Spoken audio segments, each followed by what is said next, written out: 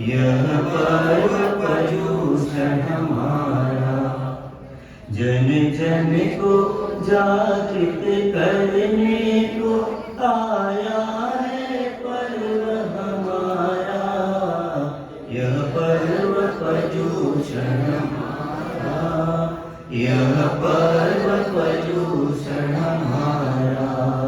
जागो जागो अब सोने वालों, कर लो जग से किनारा। आया है पर्व ये प्यारा, यह पर्व पर्यूषण हमारा। पावन दिनों का स्वागत करने सच्चे हृदय से प्यारे, हाँ सच्चे हृदय से प्यारे। दिल दिल में हर्ष समाया है, देखो ये ठाठ नजारे, देखो ये ठाठ नजारे। बालक वृद्ध युवकों के मन में खुशियों का नहीं है पाया। यह पर्व पर्यूषण हमारा, यह पर्व पर्यूषण हमारा। जन जन को जागृत करने को आया है पर्व हमारा। यह पर्व पर्यूषण हमारा, यह पर्व पर्यूषण हमारा। जीवन का लेखा जोखा करने का यह पर्व सुहाना, का यह पर्व सुहाना। क्या खोया क्या पाया तूने, क्या है लाभ कमाना, क्या है लाभ कमाना। नहीं राग किसी पर द्वेष किसी से, लाया है संदेशा न्यारा। यह पर्व पर्यूषण हमारा, यह पर्व पर्यूषण हमारा। जन जन को जागृत करने को आया है पर्व हमारा। यह पर्व पर्यूषण हमारा, यह पर्व पर्यूषण हमारा। इन 8 दिनों में आत्महित जो करना है सो कर लो, हाँ करना है सो कर लो। जीवन की खाली झोली को तुम त्याग नियम से भर लो, तुम त्याग नियम से भर लो। सद्ज्ञान की ज्योति से कर दो तुम दूर अज्ञान अंधेरा। यह पर्व पर्यूषण हमारा, यह पर्व पर्यूषण हमारा। जन जन को जागृत करने को आया है पर्व हमारा। यह पर्व पर्यूषण हमारा, यह पर्व पर्यूषण हमारा। जागो जागो अब सोने वालों, कर लो जग से किनारा। आया है पर्व प्यारा, आया है पर्व प्यारा। जन जन को जागृत करने को आया है पर्व हमारा। यह पर्व पर्यूषण हमारा, यह पर्व पर्यूषण हमारा।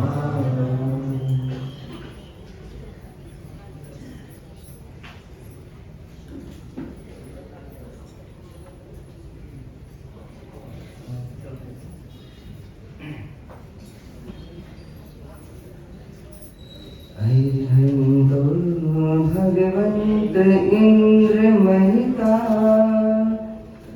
सीधा हस्तसिद्धि स्थिता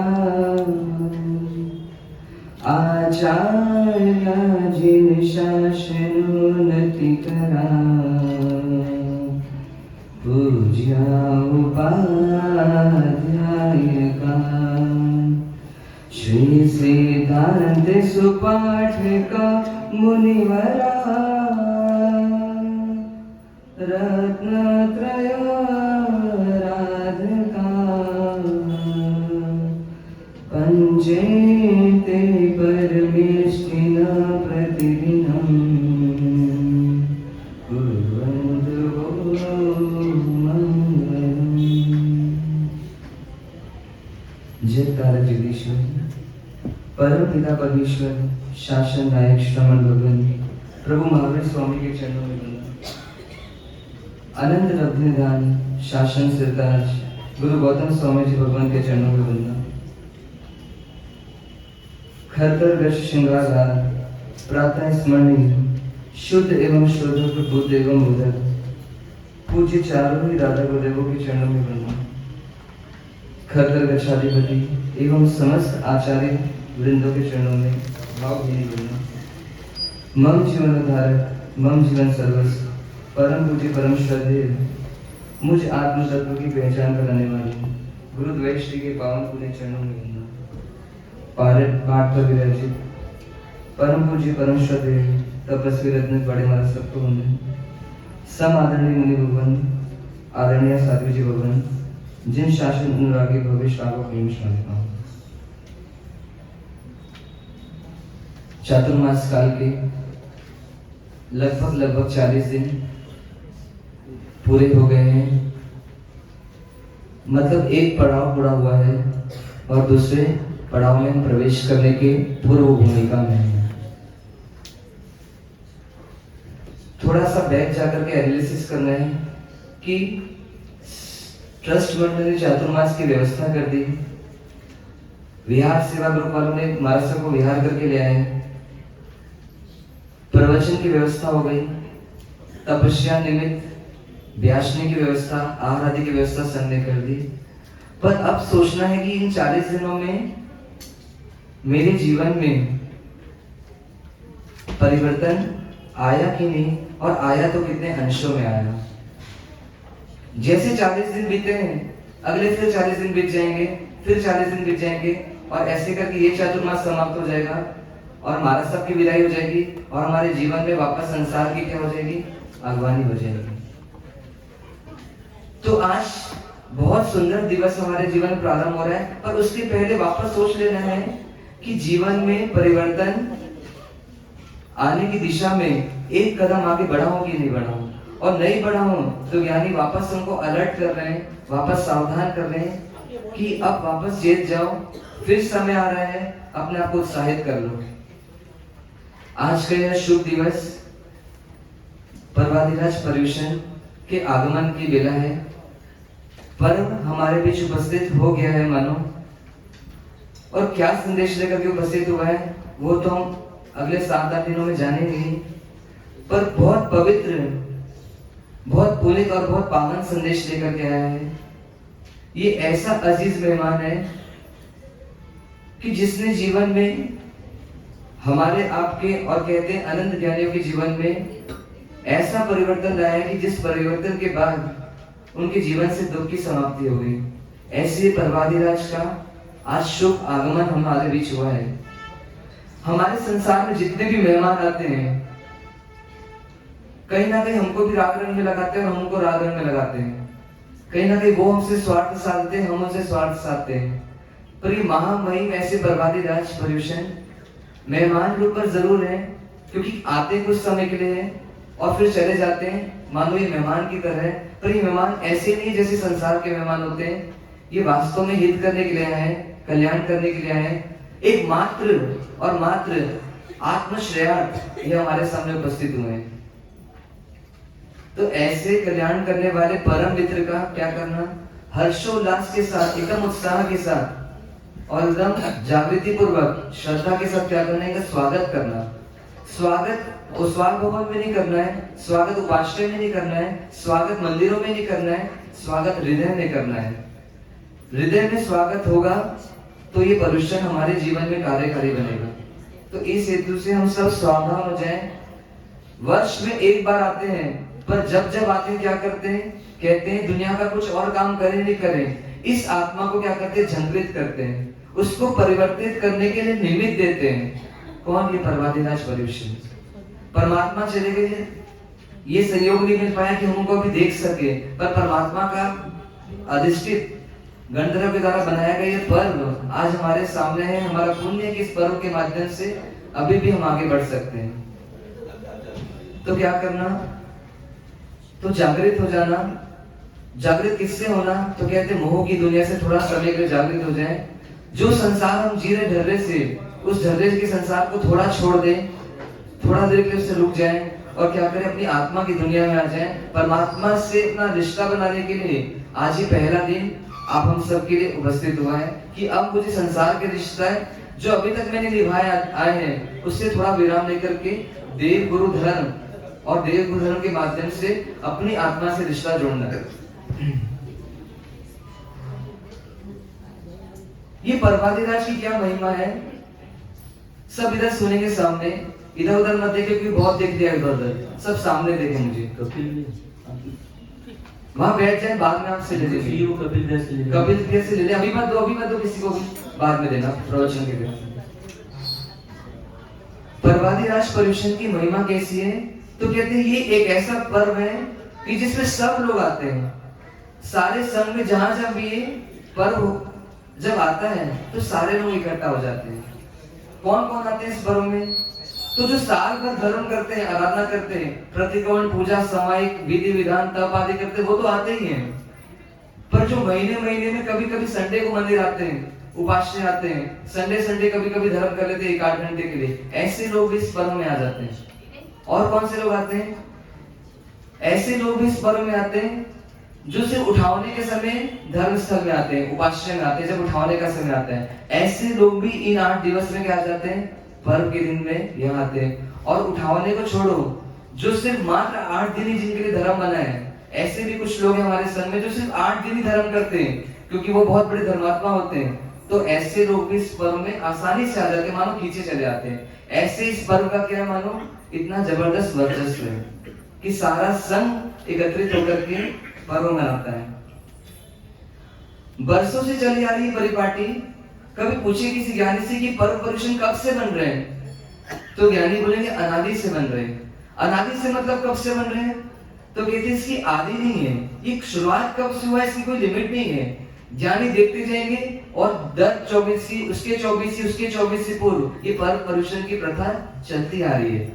लोगों के समक्ष कुछ समय पहले प्रारंभ हुई, पर साधु भवन, साध्वी जी भवन के बीच की ये परंपरा कहते अनादिकाल से चली आ रही है।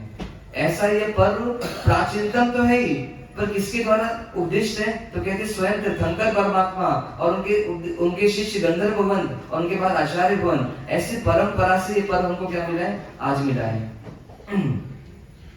पर परिपाटी से ये पर्व बंद जरूर है, पर आज सोचने का विषय हम सब के लिए कि जैसा लक्ष्य, जैसा उद्देश्य, जिन भावों से पर्व पर्यूषण मनाने की परंपरा बनाई गई थी, क्या वो भाव, क्या वो उद्देश्य, क्या वो लक्ष्य आज जीवित है क्या? कई बार ऐसा देखने को लगता है, समझने को लगता है, फीलिंग में आता है ऐसी चीज कि मानो पर्व पर्यूषण मना तो जरूर रहे हैं, पर एक औपचारिकता के नाते, एक व्यवहार के नाते, एक जैन बने हैं इसलिए निभाना है इस नाते, एक संघ के मेंबर है इसलिए आना है इस नाते, कहीं इन सब लक्ष्य को लेकर के ये पर्व मना तो नहीं रहे हो, ऐसा सोचने का अवसर है हमारे लिए। क्योंकि हम फिर वापस उस पर्व को मनाने जा रहे हैं, तो क्या रूढ़िवादिता से, परंपरा का अनुसरण करते हुए सिर्फ पर्व मना रहे कि किसी लक्ष्य के साथ इस पर्व पर हम आए बनाने के लिए? ये सोचने के जैसा विषय है। ज्ञानियों ने जो लक्ष्य दिया, वो लक्ष्य में हम पूरा जी भी नहीं पाए, कोई दिक्कत नहीं है, पर वो लक्ष्य हमको याद भी नहीं रहे, तो ये बहुत बड़ी हमारे लिए विडंबना है, हमारे लिए करुण वेदना की तरह कि जो लक्ष्य हमको दिया वो पर्व मनाने को, वो लक्ष्य तो कम से कम जीवंत रहे। नहीं तो क्या होगा, पर्व तो चले जाएंगे, ये जीवन भी चला जाएगा, और फिर ना जाने वापस से पर्व पर्यूषण मिलेगा कब हमको। इसलिए क्या करना, उस लक्ष्य को याद रखना। वो लक्ष्य क्या है हम समझेंगे आगे। कई लोग पर्व कैसे मनाते हैं, पर्व पर्यूषण का, उसको एक छोटा सा काल्पनिक दृष्टांत देकर के समझते हैं। आप सब कल्पना करना, अहमदाबाद के जैन परिवार के घर का एक दृश्य हम देखते हैं। आप में से हो सकता है किसी का घर हो और उस घर के दृश्य को हम थोड़ा विजुलाइज करने की कोशिश करते हैं, चित्रित करने की कोशिश करते हैं। घर में एक माँ है और एक बच्चा है, और भी लोग हैं पर भी माँ बच्चे को देख रहे हैं। माँ के बच्चे का नाम क्या है? पप्पू नाम है माँ उसका। पप्पू नाम का बच्चा है और उसकी माँ है। अब सुबह सुबह का दृश्य उस घर का है, उसको सोचने की कल्पना करते कि वो लोग पर्यूषण के पर्व के बारे में क्या सोचते हैं, उनके घर में पर्यूषण के बारे में क्या सोचा जाता है, मानो उनकी कल्पना क्या है, उसको हमको समझना है और फिर शेयर करने की हमारी भी इसके इर्द गिर्द कोई कल्पना तो नहीं है पर्यूषण को लेकर के। तो माँ सुबह सुबह, पप्पू सोया है बेड में, माँ क्या बोल रही है? पप्पू बेटा उठ, उठ बेटा उठ, समय हो गया है। तो पप्पू बोलते हैं कि माँ आज संडे का दिन है, आप मुझे उठा क्यों रही हो, सोने दो ना, रोज तो सुबह उठते हैं स्कूल जाने के लिए, आज क्यों उठा रही हो, परेशान मत करो। अरे बेटा उठ, आज पता नहीं तेरे को कौन सा दिन है, कौन सा दिन है? तो माँ बोलती पर्यूषण का दिन है। अरे क्या पर्यूषण? अरे बेटा बहुत बड़ा पर्व है हमारे जैनों का, उठ तो सही तू। अब वो बच्चा क्या करता है, धीरे धीरे अपनी आंख खोलकर उठता है। माँ से बोलते हैं कि क्या पर्यूषण होता है माँ, क्यों मुझे तंग कर रही हो सुबह सुबह, सोने दो ना।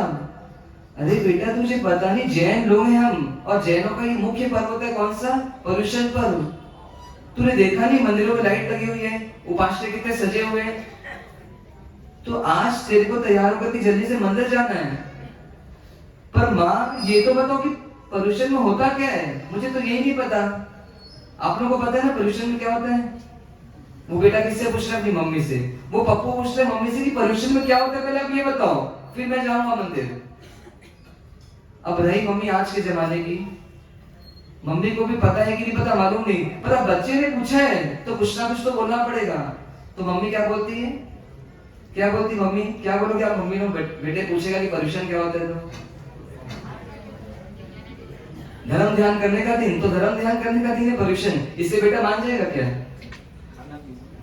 खाने पीने के दिन है। तो मम्मी को जो पता रहता है उसके हिसाब से मम्मी उसको बताती है।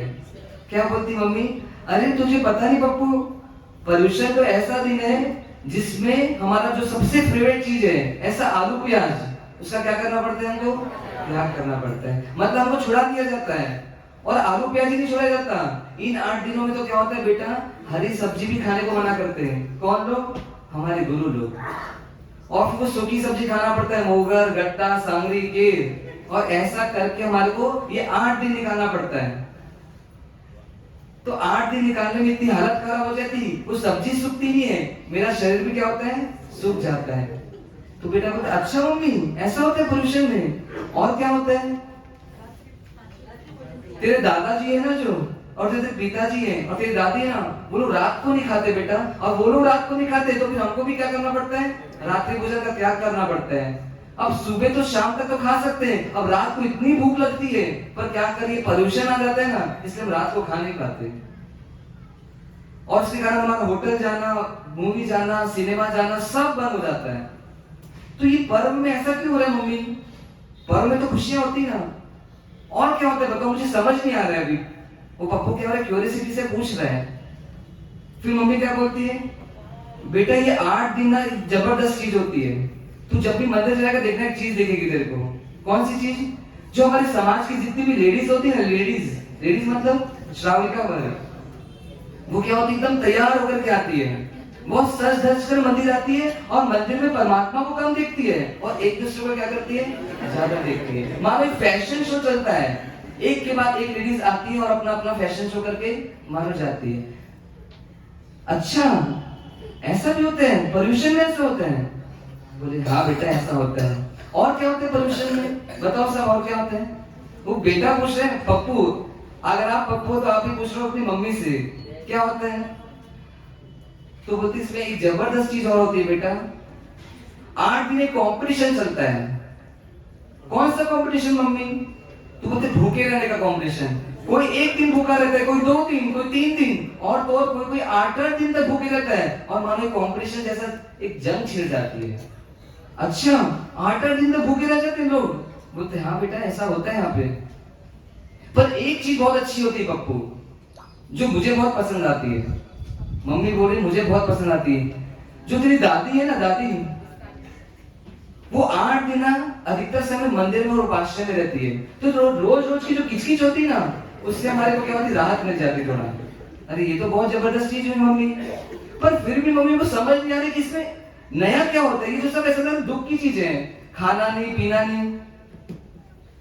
अरे सुन तो बेटा, भी और बात बची है, फिल्म अभी बाकी है। वो बोल रही मम्मी कि आखिरी दिन तो बहुत खतरनाक होता है, एकदम ज्यादा खतरनाक होता है, मेरी तो पूरी हालत खराब हो जाती है। कौन सा दिन है आखिरी? संवत्सरी का दिन।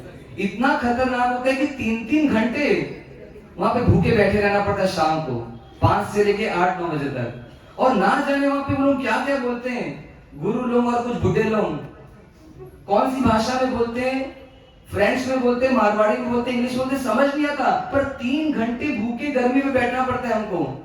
पेट में चूहे कूदते हैं, हमारा तो उपवास रहता है। और मच्छर क्या करते हैं, जबरदस्त तरीके से पालना करते हैं। कभी बोलते पाँव ऊपर करो, कभी बोलते पाँव नीचे करो, कभी आंखें बंद करो, पता नहीं क्या क्या कराते हैं। पर 3 घंटे निकालना ही पड़ता है। ऐसा हमारे पोल्यूशन में होता है। लेकिन उसके बाद एक चीज जबरदस्त होती है, कौन सी? पाड़ना। बेटा जो दूसरे दिन होता है ना संवत्सरी का, वो दिन सबसे जबरदस्त रहते हैं, क्योंकि उस दिन पाड़ना होता है। उसमें मूंग, केल, सीरा, पापड़, बादाम सब मिलता है। और उसके बाद क्या होती है, एकदम राहत मिलती है।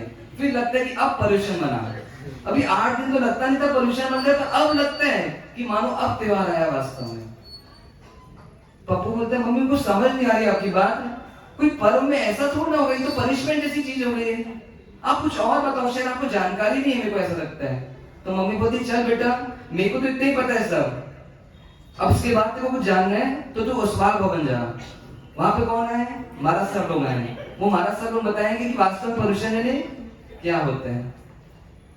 अब महाराज सर के पास 9:30 को मम्मी पहुंच रही है पप्पू के साथ। अब महाराज साहब क्या बताते हैं, तो महाराज साहब क्या बताएंगे, वो बात की बात है। पर ये कल्पना से ये दृश्य जो हमने देखा, ये मानो इसमें हंसी हमको जरूर आ रही है, मनोविज्ञान मनोरंजन जरूर हो गया, पर ज्ञानियों की क्या हो रही, करुण वेदना निकल रही है कि जो पर्व आपको मानव से महामानव बना सकता है, जो पर्व आपको आत्मा से परमात्मा बनाने की लायकात पैदा कर सकता है, जिस पर्व से शव से शिव बन सकते हैं हम, जन से जिन बन सकते, नर से नारायण बन सकते, ऐसी जिस पर्व में ताकत है, जिस पर्व में स्वयं परमात्मा महावीर आकर के अपनी आत्मकथा बताने वाले की देखो, सुन सकते हो तो सुन लो, मेरी कहानी को सुन लो, और उस कहानी के माध्यम से सावधान हो जाओ कि देखो ऐसी ऐसी गलती मैंने की, उसका भुगतान मुझे करना पड़ा, तो तुमको ये कर्म छोड़ेंगे नहीं। तो ऐसे ही पर्वों के माध्यम से मात्र और मात्र एक ही काम करना है, और वो काम शायद गौण हो चुका है। कौन सा काम? आत्म कल्याण, स्व का कल्याण। ये कल्याण की बात तो दूर हो गई, और ना जाने इस पर्व पोल्यूशन को हमने किस रूप में ले लिया। कई लोगों को कल रात को नींद नहीं आई, ऐसा भी कई लोगों का दिन गुजरा जिसको रात को नींद नहीं आई। 2 तरीके के लोग हैं जो पर्व पोल्यूशन को मना रहे हैं। एक को नींद क्यों नहीं आ रही है? क्योंकि कल को रुचिकर मुझे आराधना करने का मौका मिल रहा है, मुझे कल सुबह से पूजा करनी है, समाहित करनी, पौषण देना है, इसलिए वो रात से उसका इंतजार कर रहे हैं। और एक को नींद क्यों नहीं आ रही है? कल से हमारे यहाँ नियम लग जाएंगे, कानून बन जाएंगे, बंधन हो जाएगा, कहीं जा नहीं सकते, घूम नहीं सकते, प्रवचन सुनो, समाहित करो। तो दोनों तरीके के व्यक्ति हमारे संग में हैं, और दोनों का लक्ष्य क्या हो गया है, इस पर्व पोल्यूशन को लेकर के पूरा अलग अलग हो गया है। तो ऐसा आपके साथ हमारे साथ ना हो, इसलिए क्या करें, इन पर्व को सही तरीके से समझ करके इन पर्वों से जोड़ें। पर्व यानी क्या? अब ज्ञानी हमको पर्व से जोड़ने के लिए जा रहे हैं कि वास्तव में पर्व यानी क्या। तो कहते हैं आनंद का समय, विश्राम का समय।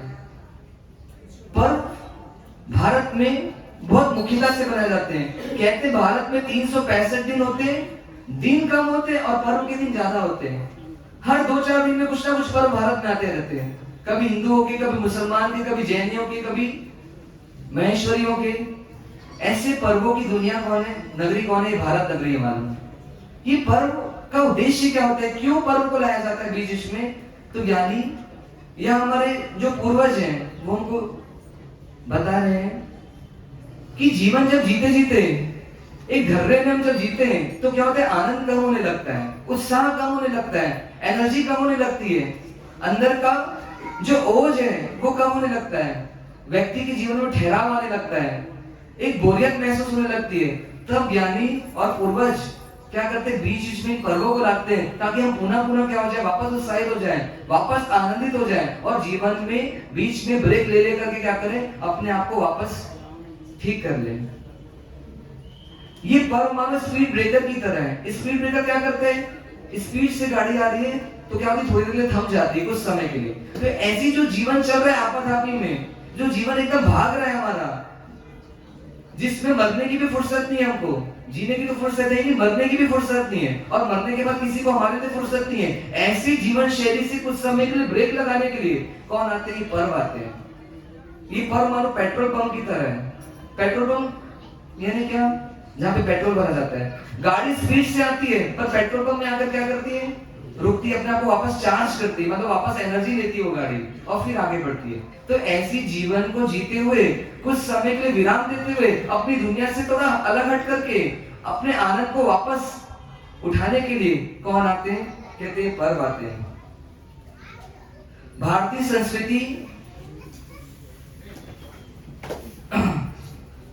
संस्कृति में मनोरंजन के लिए मूवीज को, सिनेमा को, घूमने फिरने को, पिकनिक को साधन नहीं बनाया गया। आप भारतीय संस्कृति में जाएंगे, किसी भी दर्शन में जाकर के देखेंगे तो नॉर्मली ये बताया गया है कि पर्व के माध्यम से व्यक्ति क्या करता है, अपने आप को मनोरंजन से जोड़ता है।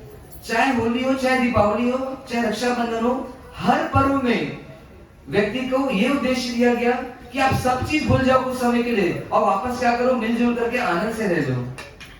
देखो, जिनको खिसकना है वो खिसक जाए, बाकी सब एकदम शांति से बैठे, कोई शोर नहीं होगा, प्रवचन में व्यवधान ना दे।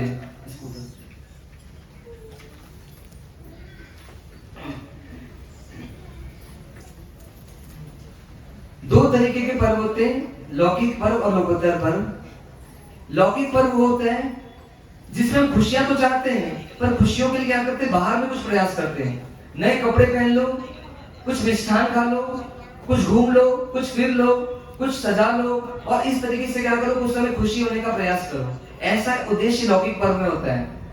पर बाहर से इतना सारा प्रयास करते भी हैं पर अंदर की समस्याओं में अगर कुछ कमी नहीं आती तो बाहर में इतना सारा करने पर भी क्या होता है, आनंद नहीं आता। मतलब लौकिक पर्व में कुछ कमियां हैं कि बाहर में तो बहुत कुछ किया पर फिर भी क्या हुआ, आनंद की पूर्ति नहीं हो पाई। इसलिए क्या होता है, वापस कोई दूसरे पर्व में जाना पड़ता है। दिवाली एक बार मनाते हैं, फिर होली मनाना पड़ता है, फिर होली जाती है, रक्षाबंधन मनाना पड़ता है, फिर दशहरा मनाना पड़ता है। ये क्यों मनाना पड़ रहा है, क्योंकि बाहर में समस्याओं का समाधान तो किया, कपड़े पहन लिए, घूम लिया, फिर लिया, खा लिया, अच्छा नाच लिया, गा लिया, पर अंदर की समस्या जैसी की वैसी बनी रही। क्या है अंदर की समस्या, मन में द्वंद्व चल रहा है। मानो मन क्या है, दुखी है, और मन में दुख है तो सॉल्यूशन बाहर करेंगे तो सॉल्यूशन हो नहीं पाएगा। इसलिए ज्ञानियों को फिर लोकोत्तर पर्व भी लाना पड़ा कि जिस पर्व का संबंध बाहर से नहीं है, जिन पर्वों का संबंध अंदर से है, जो पर्वों को बाहर से नहीं जोड़ते, जो पर्वों को अंदर से जोड़ते, अंदर की यात्रा से परिचय कराते कि देखो बाहर में परिवर्तन करो ना करो, पर अगर अंदर की समस्याओं का समाधान पा लिया तुमने तो तुम्हारा क्या होगा, तुम्हारा हर दिन क्या हो जाएगा, मानो त्योहार की तरह बीतेगा। तो ऐसा ये लोकोत्तर पर्व एक परिवर्तन का पर्व है जो हमको आत्मोत्थान के मार्ग से जोड़ता है। मतलब स्वयं से स्वयं की यात्रा को कराता है कि हे जीव, इतने समय तक बाहर संघर्ष किया, बाहर में कईयों को चेंज किया, पर फिर भी तेरा सुख आ नहीं पाया। जो तू सुख चाहता है वो सुख तुझे मिला नहीं। इसलिए क्या कर, एक बार अपने भीतर में क्या कर, प्रयास कर ले, अपने भीतर की यात्रा में तू चल पड़ और क्या कर, उस सुख को पा ले जो सुख तू पा सकता है, जिसका तू मालिक है। और उस सुख को पाने के क्या हुआ, ये लोकोत्तर पर्व है। घर में कोई कैंसर का पेशेंट हो, 4th स्टेज कैंसर हो उसको, और दिवाली का समय हो और आप सब नए कपड़े पहनकर खुश हो रहे हो, उस कैंसर के पेशेंट को बोले भैया तू भी पहन ले नए कपड़े, तू थोड़ा मिठाई खा ले, थोड़े पटाखे जला ले, तेरे को भी बहुत मजा आएगा। उसको मजा आएगा क्या, क्यों नहीं आएगा, क्योंकि उसकी प्रॉब्लम अंदर है, जहां से वो दुखी है वहां से उसको ठीक करना पड़ेगा। उसको ये सब चीज देकर के हम ठीक नहीं कर सकते, तो क्या करना पड़ेगा, मानसिक बीमारियों का इलाज कहते दुनिया के बाहर कहीं भी नहीं है। जितनी भी दुकानें लगती है बाहर में वो वस्तुओं की लगती है। जितने भी हॉस्पिटल बने वो शरीर के रोग को सॉल्व करने के लिए बने, पर मन के रोग को सॉल्व करने के लिए लोकोत्तर पर्व है जिसमें हमारी मन की बीमारियों को क्या किया जाता है, ठीक किया जाता है। तो ऐसे इस पर्व को का आगाज हुआ है आज, इनको क्या करना है, स्वागत करना है। इन पर्व में केंद्र में क्या होना चाहिए कि जब पर्व से जुड़ रहे हैं हम पर्युषण पर्व में, तो हमारे केंद्र में क्या हो, तो कहते हैं इन 8 दिनों में, शास्त्रकार भगवान बोलते हैं कि इन 8 दिनों में शरीर और परिवार को पूरा अलग करके आप आत्मा को केंद्र में रख करके जियो। कम से कम आप पूरे जीवन भर नहीं जी सकते, साल भर नहीं जी सकते, तो 8 दिन तो क्या करो, अपनी आत्मा को केंद्र में रखकर जियो।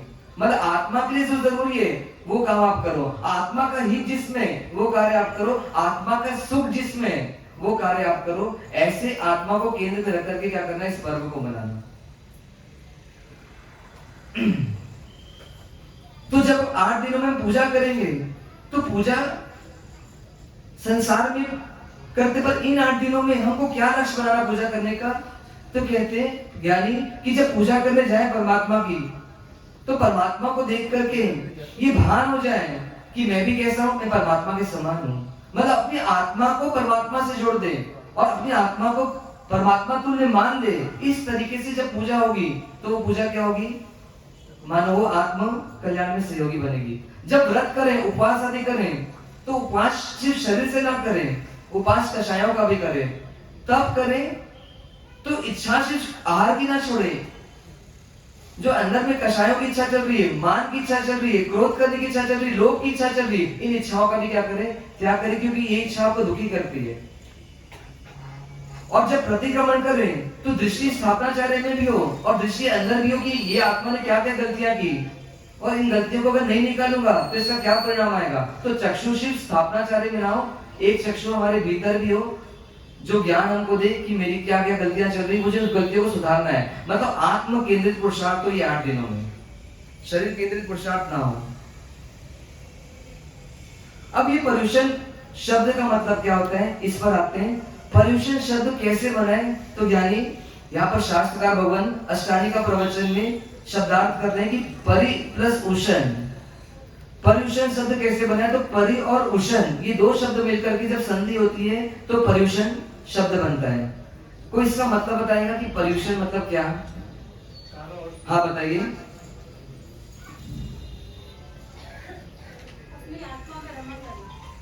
हाँ एक प्रकार से सही बोला। परि मतलब होता है चारों ओर से, और उषण मतलब होता है समीप रहना, चारों ओर से अलग हट करके अपने समीप में रहना। मात्र और मात्र ये क्या है, पर्युषण है। देखा होगा कभी चिड़िया लोगों को, जब चिड़िया क्या करती है, एक पेड़ पर बैठती है, दिन भर इधर उधर उड़ती है, पर रात को जब समय होता है शाम का, वो क्या होती है, वापस अपने पेड़ पर आ जाती है। बंदर दिन भर इधर उधर घूमते, चहल कदमी भी करते, कूदते हैं, पर शाम के समय एक पेड़ पर इकट्ठा होकर के बैठ जाते हैं। ऐसी अभी 350 दिन अपने आप को शरीर मानते हैं, तो शरीर के कारण संसार से जुड़ते हैं, फिर परिग्रह से जुड़ते हैं, फिर भोग विलास से जुड़ते हैं, फिर किसी से अपनी इच्छा पूरी करवाते हैं, कईयों से अपेक्षा करते हैं, तो क्या होता है, अपने आप से दूर हो जाते हैं। इसलिए ज्ञानी बोले 350 दिन आपने जो किया, अब क्या करो, ये अगले 8 दिन ये काम करो कि सबसे हट करके, चारों ओर से हट करके आप अपने केंद्र में आ जाओ। मतलब आप जो हो उसको क्या करो, स्वीकार कर लो और उसमें आप रमण करो। रमण करो मतलब उसका आनंद लो, मतलब अपनी आत्मा का आनंद लो, अपने गुणों का आनंद लो। ये वास्तव में ये परम पर्युषण है। परम पर्युषण ये नहीं कि कल्प सूत्र सुनना मतलब परम पर्युषण नहीं है, समाहित कर लेना कल्प पर्युषण नहीं है, पौषध कर लेना पर्युषण नहीं है। इन सब के माध्यम से अपनी आत्मा में वास करना, ये वास्तव में पर्युषण का वास्तविक अर्थ है। तो उसके लिए यहाँ आने की क्या जरूरत है, 8 दिन का माहौल बनाने की क्या जरूरत है। तो हम इतने निमित्त के आदि नहीं कि जब संसार में रहते हैं तो संसार में बहते जाते हैं। इसलिए ज्ञानी क्या करते हैं, हमको उस माहौल से अलग करके कुछ समय ऐसा वातावरण दे रहे हैं कि आप क्या करो, अपनी आत्मा से कुछ समय के लिए जुड़ सको। इसलिए क्या कि इस पर्व की स्थापना की। तीर्थ हमको जाना पड़ता है, पर ये जो पर्व की तिथि स्वयं चलकर आती है, तीर्थ जाने के लिए समय निकालना पड़ता है। घर के कामों से छूट करके जाना पड़ेगा, आपको तीर्थ जाना है। जब ये पर्व तिथि स्वतः आती है और इसके माध्यम से भी हम कल्याण कर सकते हैं, तो ऐसी पर्व तिथि आपके हमारे बीच उपस्थित हुई है, इसका क्या करना, सिर्फ सुनना ही नहीं है, यहाँ पे सुन करके कुछ चुनना भी है। सुनना और चुनना में क्या फर्क है? 10 साड़ी देखते हो और एक साड़ी क्या करते हो, पसंद करते हो। आज परमात्मा अगले 8 दिन 5 परमात्मा पूरे जीवन को खोल के रखेंगे। सोचो कितनी करुणा है, कितनी वीतरागता है। आप हम सब कभी अपना पूरा जीवन खोल नहीं सकते। जो चीज अच्छा दिखता है इसी को बताएंगे दुनिया को, जो चीज बेकार है हमारे जीवन में, जो गलतियां चल रही, जो पाप चल रहा है हमारे जीवन में, उसको दुनिया में व्यक्त नहीं करेंगे। पर ये परम पिता परमेश्वर ऐसे त्रिलोकीनाथ महावीर कैसे थे? तो कहते पूरा जीवन क्या किया, शुरू से आखिरी तक का पूरा खोल दिया। जो अच्छा पार्ट था वो भी खोला, और जो उनके जीवन की जो बुराइयां थी, जो पूर्व वाली गलतियां थी, उन सबको खोल के रख दिया।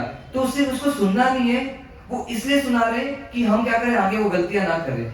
इसलिए वो सुन करके उसमें से कुछ चुन ले, और यहाँ से उठने के पहले कुछ तत्व को उठा ले अपने हृदय में, तो जाकर के परम पर्युषण मनाने वाले लिए क्या होगा, सार्थक होगा।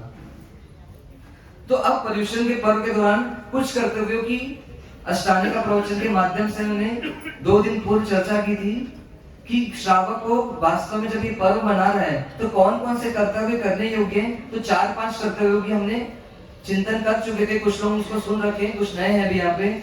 तो ऐसे कौन कौन से कर्तव्यों को हमने सुन रखा है? तो संग पूजा, श्रावक को अनिवार्य रूप से साल में एक बार अपनी पुण्य के हिसाब से, अपने ऐश्वर्य बल के हिसाब से संग की पूजा जरूर करनी चाहिए। फिर दूसरा था साधर्मिक वात्सल्य। साधर्मिक वात्सल्य मतलब ये नहीं कि सिर्फ आहार करा देना, बल्कि साधर्मिक वात्सल्य मतलब ये कि मेरा साधर्मी किसी परिस्थिति में अभी दुखी है तो उसको उसके दुख से उबार करके वापस उसको पुनः धर्म से जोड़ना।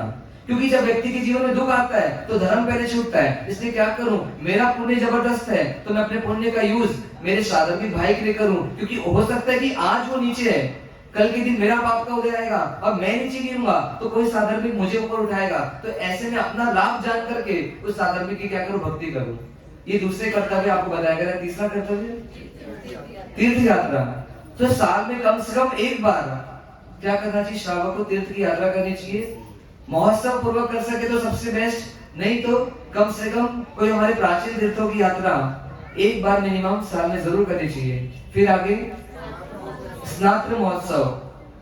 अपना जन्मदिन हमने कई बार बनाया, पर हमारा जन्म सार्थक इसलिए नहीं हो पाया क्योंकि हमको जन्म से प्रेम है। पर परमात्मा और तीर्थंकर बनने वाली आत्माओं ने क्या किया, इस जन्म मरण को दुख रूप मान करके मानो ऐसा जन्म लिया कि उसके बाद जन्म ना लेना पड़े। तो ऐसे उन परमात्मा जो अजन्मे बने, उन परमात्मा का क्या करना, स्नात्र महोत्सव जरूर करना। तो 8 दिन तो रोज करना। अगर पौषध नहीं ले रहे हैं आप तो आपको रोज स्नान सुबह करना चाहिए। ऐसा नियम श्रावक को दिया गया शास्त्रों के द्वारा। उसके बाद देव द्रव्य की वृद्धि। अपने पुत्र के लिए हम जमा करते हैं, ऐसे हमारे परम पिता का दरबार हमेशा खिलता रहे, फूलता रहे। ऐसे परमात्मा के देव द्रव्य की वृद्धि अपनी हैसियत अनुसार, अपने पुण्य के अनुसार जरूर करना। उसके बाद लास्ट था महापूजन करना। पूजन तो करना ही है, पर साल में अपनी भक्ति को और आगे प्रदर्शित करने के लिए महापूजन करना। मानो परमात्मा की हम इतने जबरदस्त भक्त बन गए कि अब द्रव्य से और भाव से एक महापूजन का आयोजन करके कईयों को उसमें शामिल करके परमात्मा की भक्ति में सबको जोड़ने का काम साल में एक बार मिनिमम करना। आगे कुछ और कर्तव्यों का वर्णन यहाँ पर हम कर रहे हैं कि श्रावक को इन 8 दिनों में क्या क्या करना, और 8 दिनों के माध्यम से इन कर्तव्यों को अपने जीवन की लाइफस्टाइल में जरूर लाना। तो पहले कर्तव्य, अगले कर्तव्य में और कुछ बताया जा रहा है, अमारी प्रवर्तन कराना।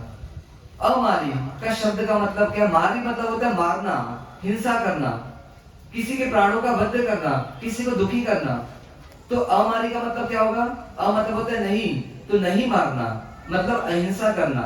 इन 8 दिनों में हमारी लाइफ स्टाइल कैसी हो, तो अगर जी सको तो पूर्ण पौषध में जियो, मतलब 8 दिन तक सारा पाप का धंधा बंद कर दो। फिर भी ना जी सको तो कम से कम किसी की मुख प्राणी की, किसी प्राणी की हिंसा ना हो उनसे, इसका क्या करना, ध्यान रखना। एक इंद्रिय की हिंसा की छूट आपको दी गई है श्रावक को जीवन निर्वाह के लिए, मतलब पृथ्वी का, आपका, देव का, वायु का, वनस्पति का की हिंसा की छूट आपको दी गई है क्योंकि आप श्रावक जीवन में। पर उनकी भी हिंसा जबरदस्ती या अनावश्यक ना हो, इस वजह से क्या करना, इन दिनों में हिंसा का व्यापार कम से कम हो, ऐसा ध्यान रखना।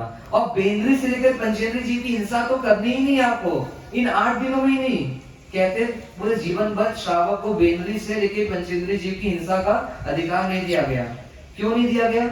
क्योंकि कोई भी जीव मरना नहीं चाहते। आप स्वयं से पूछेंगे आप मरना चाहते हैं क्या, तो आपका जवाब आएगा कि मैं मरना नहीं चाहता। तो ऐसी विश्व के सारे जीव मरना नहीं चाहते, सबको जीवन प्रिय है। तो किसी के जीवन को हरने का, उसके लेने का अधिकार आपको नहीं है। इसलिए अगर आप ऐसा कर रहे हैं तो कम से कम 8 दिन तो पूरा इस व्यापार को क्या करें, बंद करें।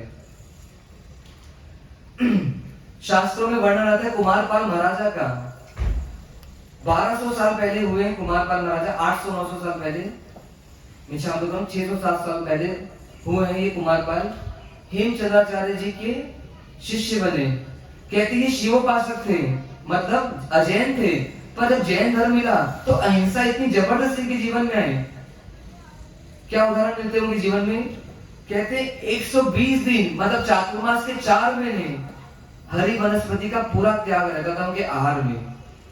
और उनकी अश्वशाला में 11 लाख घोड़े थे, तो 11 लाख घोड़ों को छना हुआ पानी पिलाने का मतलब वहां पे सिस्टम था। और तो और कि अगर उनके राज्य में कोई मार शब्द का उपयोग करता, मार दूंगा, काट दूंगा, ऐसे शब्दों का भी प्रयोग करता, तो उसको क्या मिलती? सजा मिलती। चातुर्मास में 18 देश के अधिपति है। आप तो सोचो सिर्फ एक घर के मालिक हो, पर वो 18 देश के अधिपति ऐसे कुमारपाल चातुर्मास के दौरान मात्र और मात्र पाटन में रह करके क्या करते? अपना राज्य कार्य चलाते और धर्म आराधना करते। कितना भी काम आ जाए राज्य का, पर सीमा को लांघ करके चातुर्मास के दौरान नहीं जाते, क्योंकि हरी वनस्पतियां और जीव जंतु पैदा ज्यादा होते, तो उनको हिंसा में निमित्त ना बने, इसलिए वो क्या करते? अपना आवागमन नहीं रोकते। और सबसे अच्छी बात, 4 तिथि, अष्टमी, चतुर्दशी दो बार आती है, और ऐसे पूनम अमावस्या, ऐसी 6 तिथियों में स्वयं कुमारपाल महाराजा क्या करते?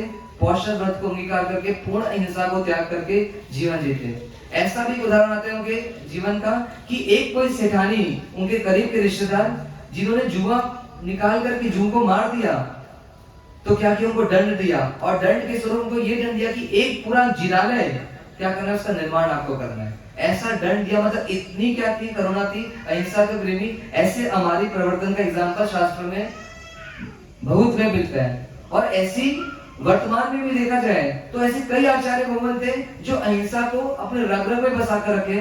प्रेम सुरेश्वर जी महाराज साहब, जिनका अभी कुछ समय पहले काल धर्म हुआ, कहते कि हार्ट अटैक आया, और हार्ट अटैक आने का बेचैनी बढ़ने लगी, तो पंखा तो यूज नहीं करता साधु, पर शिष्य समुदाय हाथ से पंखा कर रहे थे, कोई वस्तु से पंखा करते, थोड़ी हवा आएगी उनको। पर इस तीव्र वेदना भी उन्होंने क्या बोला कि वायु का है कि जीवों की हिंसा हो रही है, ऐसा अपराध आप साधु कर कैसे सकते हो, और क्या किया? उसको रोक दिया। एक साधु भवन को अभी कुछ समय पहले, 5-7 साल पहले सर्प का डंस हुआ, बेहोश हो गए बिहार के दौरान, कहीं रास्ते में रुकना हुआ, तो जो साथ में साथी थे उन्होंने क्या सोचा कि कोई औषधि मिली वनस्पति से, उसका उपयोग करके उसको पीस करके उस घाव में लगाया ताकि सर्प का विष निकल जाए। ठीक हो गए, और ठीक होने के बाद पूछा कि हुआ कैसे, मतलब क्या इलाज किया, और जब पता चला कि वनस्पति की 15-20 पत्तियों को मार करके, मतलब उसको कूट करके मुझे क्या किया, लेपन किया गया, तो आजीवन क्या किया, हरी वनस्पतियों का त्याग कर दिया। अभी वर्तमान में साधु जीवित है। तो ऐसे त्यागी तपस्वी जो हमारे परिवर्तन को पूर्ण रूप से पालन करने की कोशिश कर रहे हैं, तो आपके हमारे जीवन में ऐसा होना चाहिए कि कम से कम 8 दिन, और 8 दिन के माध्यम से जीवन में क्या करें, लाइफ स्टाइल मिलाएं कि हिंसा को रोके। तो अनावश्यक व्हाट्सएप का उपयोग, अनावश्यक मोबाइल का उपयोग, वॉशिंग मशीन का उपयोग इन दिनों ना हो, दलने पीसने कूटने का काम ना हो, एसी की मर्यादा को कम करें कि कुछ दिन नहीं तो 8 दिन से ही मैं बिना एसी के क्या करूंगा, जीने की कोशिश करूंगा। तो ऐसे हिंसा को हटाएं, क्योंकि देखो महावीर उन्हीं के हृदय में आएंगे जो अहिंसा को लाएंगे। आज अगर अहिंसा जीवन में आएगी, तब कल जाकर के महावीर के जैसा जन्म हमको मिलेगा। तो हिंसा का पालन, अहिंसा का पालन जीवन में हो, ऐसा प्रयास करें। फिर अगली नियम बता रहे कि चैत्य परिपाटी करना। इन पर्यूषण के दौरान श्रावक को क्या करना होता है, तो चैत्य परिपाटी करना होता है। चैत्य परिपाटी मतलब घूमने जाओ मंदिर, चतुर्वेद नहीं मिला तो फिर अकेले नहीं जाएंगे कि जाना। तो कहते हैं परमात्मा की भक्ति को प्रदर्शित करने के लिए इन मंदिरों की क्या करो, दर्शन करने के लिए यात्रा करो, जो आसपास के जितने मंदिर हैं। और सिर्फ मंदिर की यात्रा नहीं करने बोला, परमात्मा की भक्ति सिर्फ दर्शन करके नहीं होती, सिर्फ पूजन करके नहीं होती। तो यहाँ पर क्या बता रहे हैं और आगे कि चैत्य परिपाटी मतलब यही नहीं किसी मंदिर की यात्रा कर रहे, मंदिर के दर्शन करने जा रहे हैं। परमात्मा की भक्ति के और माध्यम यहाँ पे दिए जा रहे हैं कि जो परमात्मा का ज्ञान है, ऐसे परमात्मा के ज्ञान को भी क्या करो, भावपूर्वक सुनो, तो वो भी क्या है, परमात्मा की पूजा ही है। अब यहाँ पे 7 दिन परमात्मा का चरित्र सुनाया जाएगा, तो परमात्मा के चरित्र को क्या करो, पूरे भावों से सुने, पूरे उल्लास से सुनो कि बहुत कम समय के लिए और किसी किसी जीव को ऐसा पुण्य मिलता है कि स्वयं तीर्थंकरों का चरित्र सुनने को मिलता है। तो क्या करो, पूरे उल्लास के साथ सुनो। आज हम न्यूज़पेपर पढ़ते हैं, कई लोग पढ़ते हैं न्यूज़पेपर, सभी पढ़ते हैं। उन न्यूज़पेपर में जो जानकारी आती है वो कोई काम की विशेष होती नहीं, कुछ होती है पर कुछ काम की नहीं होती, किसी के मारने की, कहीं पे चोरी हुई, कहीं पे ये हुआ, कहीं पे कुछ हुआ। तो सारी जानकारी को पढ़ने में, उसको सुनने में, उसको जानने में कितना रस आता है। कई बार उसके 2-2, 3-3 घंटा लगा देते हैं। पर जो कल्याणकारी ऐसे परमात्मा का चरित्र है, उसको सुनने में हमारा अहोभाव नहीं आता, नींद आती है। तो ये सब अगर हमारे जीवन में हो रहा है तो ये हमारी परमात्मा के प्रति क्या हो रही है, उपेक्षा हो रही है। परमात्मा जिन्होंने इतनी करुणा करके सुख का मार्ग दिया, उन परमात्मा को हम क्या कर रहे हैं, उनकी आराधना कर रहे हैं। तो ऐसा ना हो, चैत्य परिपाटी में परमात्मा के चरित्र को भी क्या करें, पूरे भावपूर्वक सुनने का प्रयास करें। फिर अगला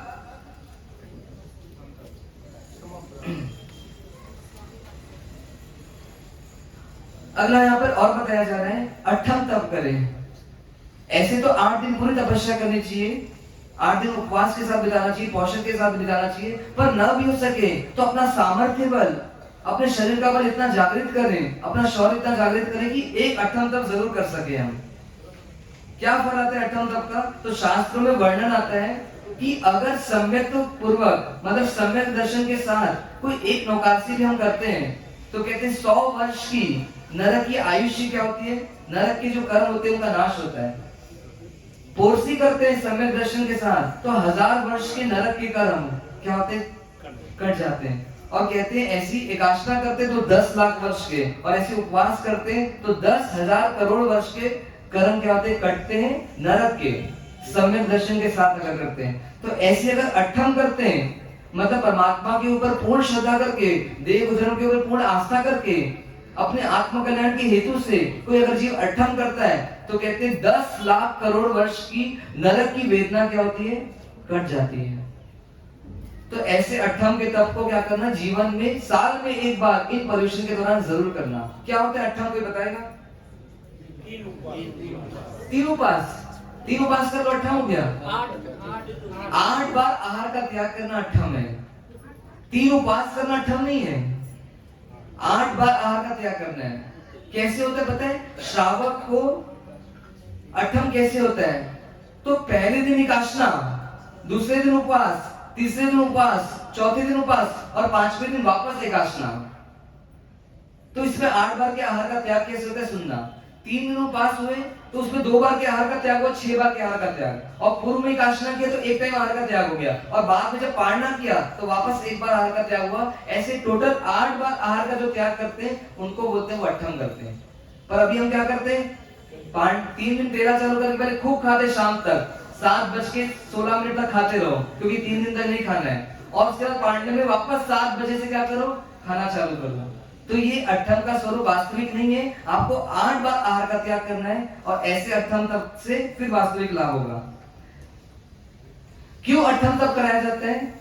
क्योंकि अब हमको परमात्मा के चरित्र को सुन करके क्या करना है, संसार परिभ्रमण को रोकना है। कहते हैं इस पूरे विश्व में ये जीव जो 4 गति में घूम रहा है, उसका मूल कारण कौन सा है? कहते हैं आहार संज्ञा है। क्योंकि जीव जहां भी जाता है सबसे पहला काम क्या करता है, आहार लेने का करता है। मतलब आहार करने का पाप इस जीव से सदा काल से फर्स्ट पे फर्स्ट लगा हुआ है।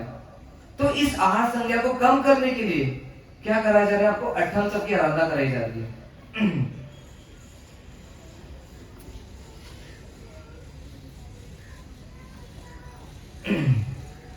उसके बाद अगला आ रहा है शुद्ध भक्ति करना। किसकी भक्ति करना? शुद्ध, शुद्ध मतलब ज्ञान। ज्ञान दे सको तो वो सबसे अच्छी भक्ति है। मतलब परमात्मा के ज्ञान को जी सको तो ये ज्ञान की भक्ति हो गई। पर ज्ञान को जी भी ना सको, अब इतनी लायकात नहीं है, इतनी ताकत नहीं आत्मा में कि ज्ञान को झेल सके, मतलब ज्ञान को जीवन में उतार सके, तो कम से कम क्या करें कि साल में और इन पर्वों के दौरान शुद्ध की विशेष भक्ति करें। कैसे कर सकते भक्ति? तो जो ज्ञान होते हैं, जो ज्ञानी होते हैं और जो ज्ञान के उपकरण होते हैं, उनकी क्या करो? भक्ति करो। अपने बच्चों के लिए हम लाखों, 2 लाख, 5 लाख, 10 लाख खर्चा करते हैं उनको पढ़ाने के लिए, पर कभी ये विचार है किसी भी साधु भवन से पूछा कि आप जो ज्ञानार्जन करते हैं, आप पंडितों से पढ़ते हैं, आप शास्त्र अभ्यास करते हैं, तो आपके अभ्यास में कभी कोई पूंजी की जरूरत हो, कभी कुछ पैसे की जरूरत हो, तो मैं ज्ञान तो नहीं ले सकता, पर आपके जीवन के विकास के लिए कभी शुद्ध में लाभ लेना हो तो ये लाभ मुझे दीजिएगा। तो ऐसा लाभ लेना कि जिसमें ज्ञान और ज्ञानी की क्या हो सके, उनके जीवन में वो ज्ञान के लिए आगे बढ़ सके, और जब वो पढ़ेंगे तो हमको क्या करेंगे? ज्ञान में आगे बढ़ाएंगे। तो ऐसे शुद्ध के कार्यक्रम में अपने आप को जोड़ना, अपनी लक्ष्मी को जोड़ना, ये क्या हुआ? ये शुद्ध भक्ति हुई। तो साल में कम से कम एक बार, और जब जब प्रसंग आए तब तक क्या करना? शुद्ध भक्ति का लाभ लेना। जो पुस्तकें होती हैं, जो शास्त्र होते हैं, वो तो हम पढ़ नहीं सकते क्योंकि समय नहीं हमारे पास, इतने हम संसार में व्यस्त हैं। पर हमारी इच्छा होनी चाहिए कि जहां जहां क्या है हमारे आसपास के उपाश्रय में ज्ञान भंडार हो, तो क्या करें? कम से कम उनकी सार संभाल करें, उनको साफ सुथरा रखें। उनमें धूल बैठ जाती है, मानो उनमें धूल बैठ रही, मतलब मेरे परमात्मा में धूल बैठ रही है, क्योंकि परमात्मा का ज्ञान मानो परमात्मा स्वयं है। तो मेरे शास्त्र धूल खा रहे हैं और मैं क्या करूं? अपने घर के इंटीरियर को साफ करने में लगा हुआ हूं, तो ये क्या हो रही है? घोर अशांति हो रही है। तो ऐसी कम भक्ति ना हो। आज ज्ञान की भक्ति करेंगे तो कल सम्यक ज्ञान पा पाएंगे, और सम्यक ज्ञान पा पाएंगे तो कल आगे जाकर के केवल ज्ञान होगा। तो केवल ज्ञान अगर हम चाहते हैं तो आज उसकी महिमा बढ़ाएं, मतलब क्या करें? शुद्ध की भक्ति अनिवार्य रूप से अपने जीवन में करें। देखो, एक शिक्षक थे और एक स्कूल में बच्चा था। शिक्षक ने सिखाया बच्चे में को माई हेड, HED हेड मतलब माथा या सर, माई हेड मतलब मेरा माथा। ऐसा किसने सिखाया? स्कूल में क्लास में तो बच्चे ने सीख लिया, सब बच्चे सीख रहे थे माई हेड मतलब मेरा माथा। पर एक बच्चा कोई था, उसने क्या सीखा? माई हेड मतलब सर का माथा, मतलब टीचर का माथा, ऐसा उसने सीख लिया। सर ने बोला था मेरा माथा, तो उसने क्या सोच लिया कि शिक्षक का माथा। अब उसने ऐसा याद कर लिया। अब घर में आकर के वो पाठ का क्या कर रहा है? रिविजन कर रहा है। माई हेड मतलब शिक्षक का माथा, माई हेड मतलब शिक्षक का माथा। फिर कोई पिताजी सुन लिए, आपके जैसे एकदम टैलेंटेड पिताजी, फिर वो क्या बोले आकर के? अरे बेटा तू क्या पढ़ रहे हैं? तुमने टीचर ने पढ़ाया था माई हेड मतलब मेरा माथा, तो मैं वही बोल रहा हूँ माई हेड मतलब शिक्षक का माथा। अरे बेटा तू कितना बेवकूफ, इतना समझता नहीं, माई हेड मतलब मेरा माथा। अच्छा मेरा माथा, तो ठीक है, माई हेड मतलब पिताजी का माथा। उसने ऐसा याद कर लिया, माई हेड मतलब पिताजी का माथा। फिर क्या वो स्कूल वापस गया, कोई इंस्पेक्शन के लिए आते क्लास में, अचानक से कोई टीचर आते हैं, तो कल क्या पढ़ाया था उसके हिसाब से पूछ लिया उस बच्चे से कि माई हेड मतलब क्या बोला उसने? पिताजी का माथा। तो फिर वो क्या बोले इंस्पेक्टर वाले सर, अरे माई हेड मतलब पिताजी का माथा नहीं, मेरा माथा। तो बच्चा एकदम चौंक गया, कभी शिक्षक का माथा बोलते हो, कभी मेरा माथा बोलते हो, कभी पिताजी का माथा बोलते हो, आखिर माथा कौन सा लेना है? कौन सा लेना है? तो इंस्पेक्टर ने बोला माई हेड मतलब मेरा माथा। तो बोले ठीक है पक्का बोलो ना, माई हेड मतलब किसका माथा? इंस्पेक्टर का, इंस्पेक्शन टीचर का माथा। अब प्रिंसिपल ने उसको बुलाया, फिर प्रिंसिपल ने उसको क्या बोला? माई हेड मतलब क्या?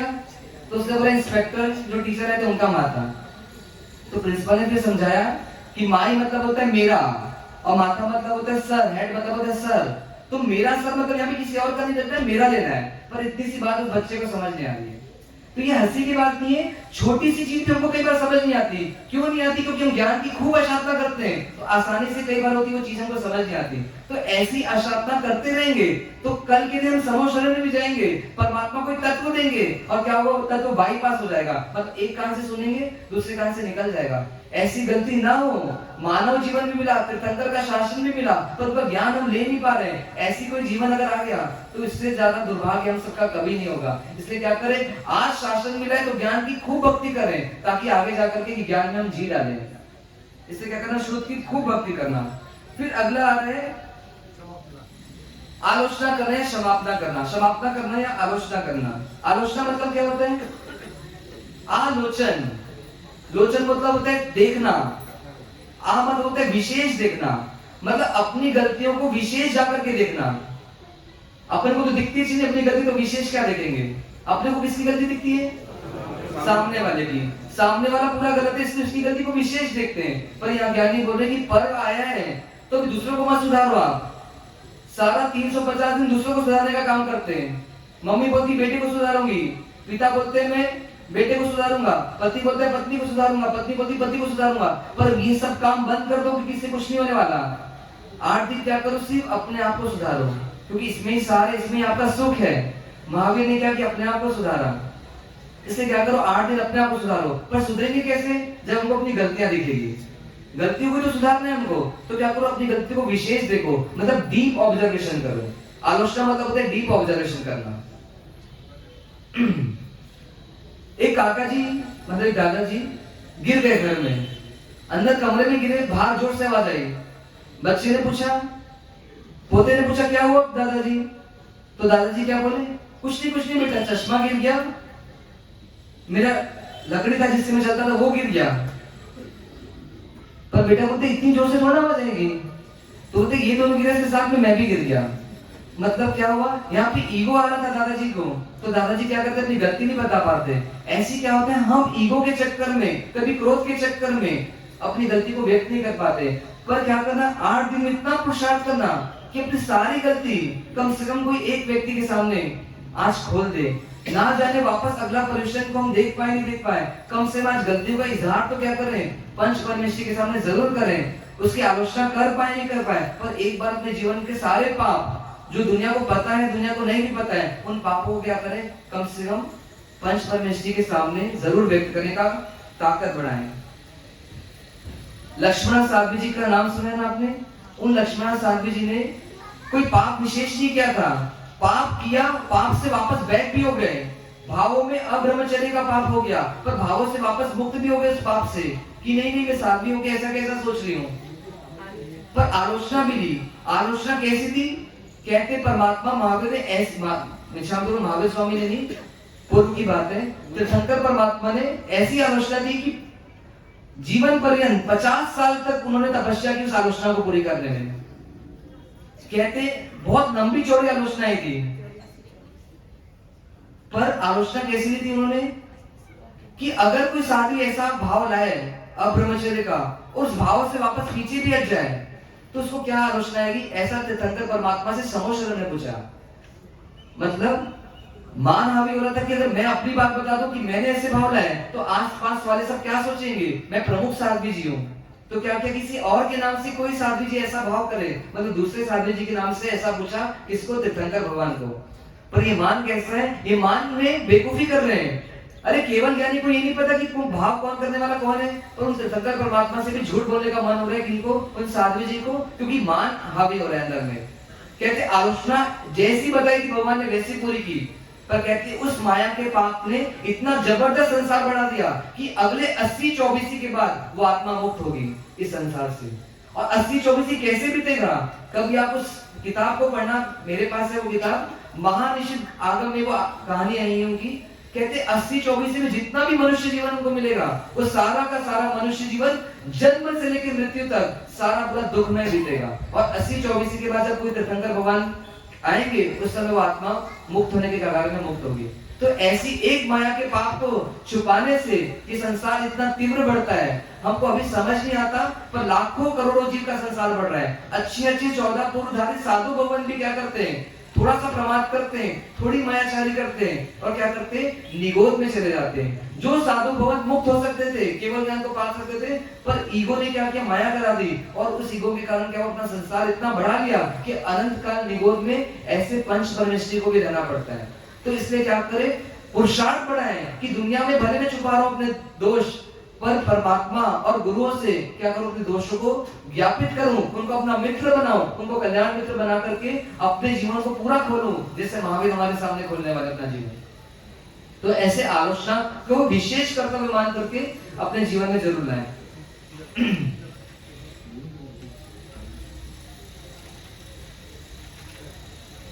फिर एक है आखिरी, मतलब कर्तव्य और भी, पर एक कर्तव्य और बता रहे कि तप का उद्यापन करना।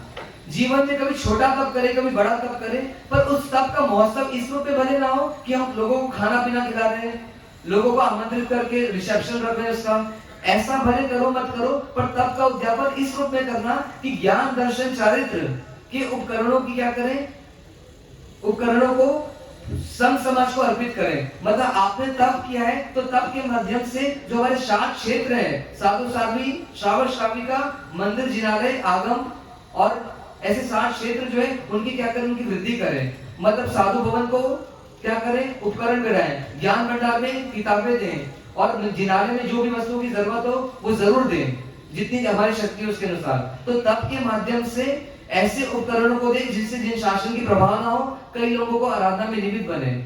आप तब उद्यापन करते हैं तो साधु साध्वी जी भवन को निर्दोष उपधि पाने का लाभ मिलता है, नहीं तो उनको उपधि मंगानी पड़ती है, उनको क्या होता है, दोष लगता है उसके माध्यम से। तो आप तप करें, चाहे 28 करें, चाहे मासिक श्रवण करें, चाहे सिद्धि तप करें, कोई भी बड़ा छोटा तप करें, उसका उद्यापन श्रावक को जरूर करना चाहिए। मतलब तप का अहोभाव व्यक्त करने के लिए जो लाभ है आपको, उसको क्या करना चाहिए, ज्ञान दर्शन और चारित्र के जो करण है उन उपकरणों से संघ को क्या करना चाहिए, सुसज्जित करें अपनी यथाशक्ति के अनुसार। तो ऐसे इन कर्तव्यों का पालन जितना हो सके इन दिनों में करें। फिर एक आ रहा है क्षमापना, ये मुख्य कर्तव्य है।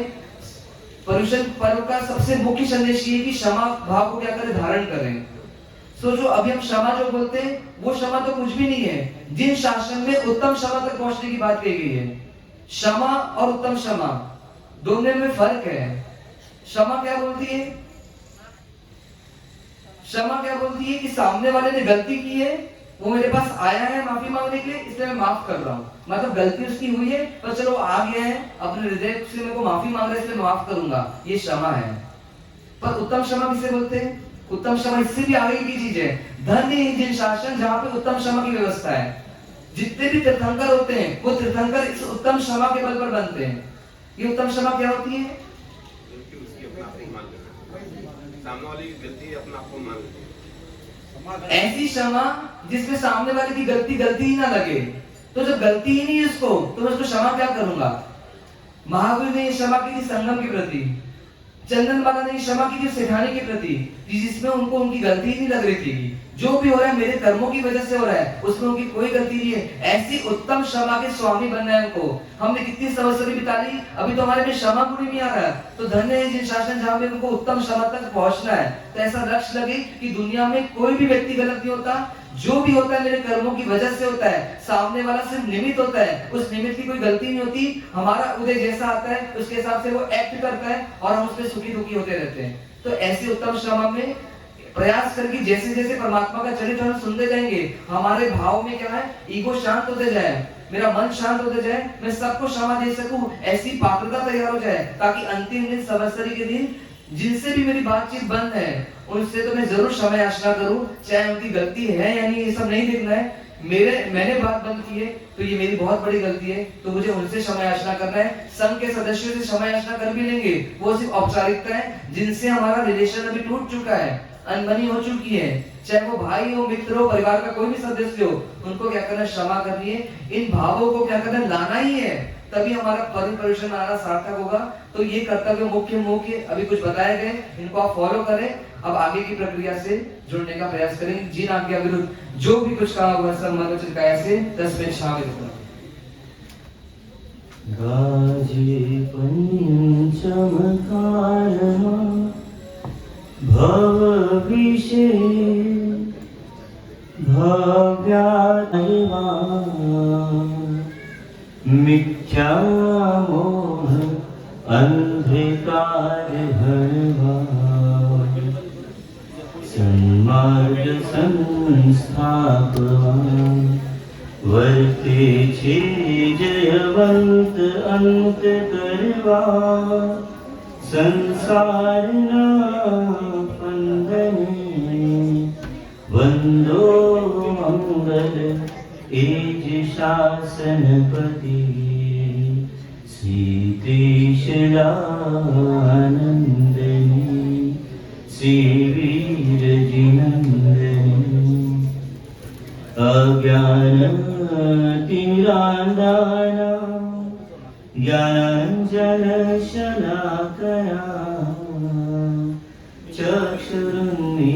तं येन तस्मै श्रीगुरवे नमः।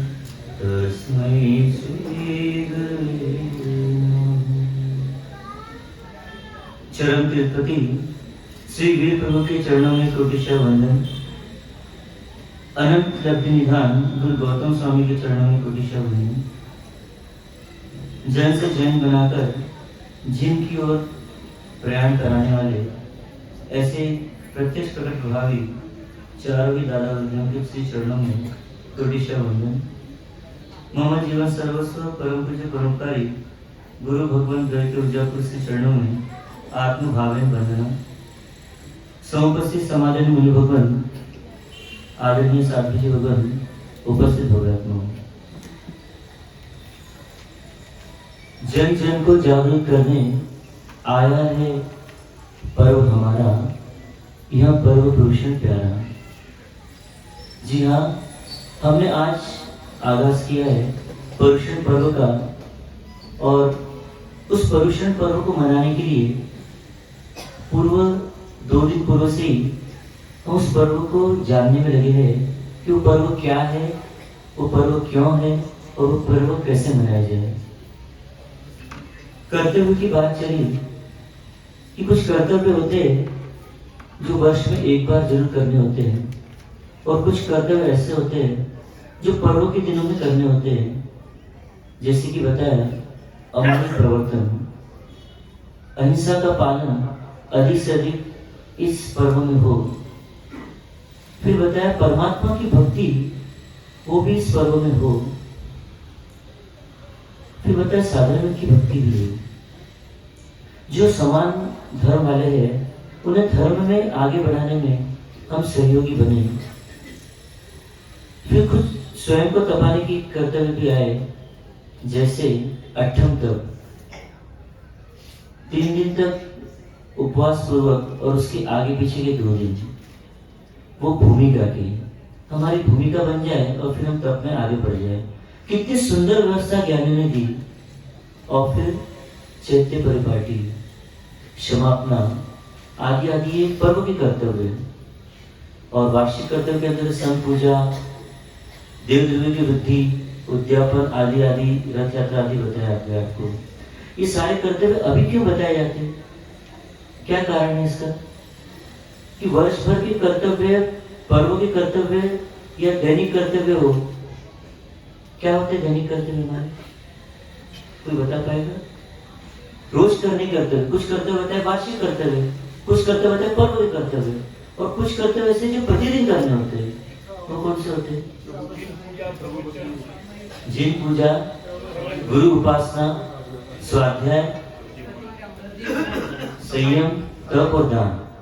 ये 6 विशेष कर्तव्य होता है दैनिक कर्तव्य, कि आपको रोज करने हैं।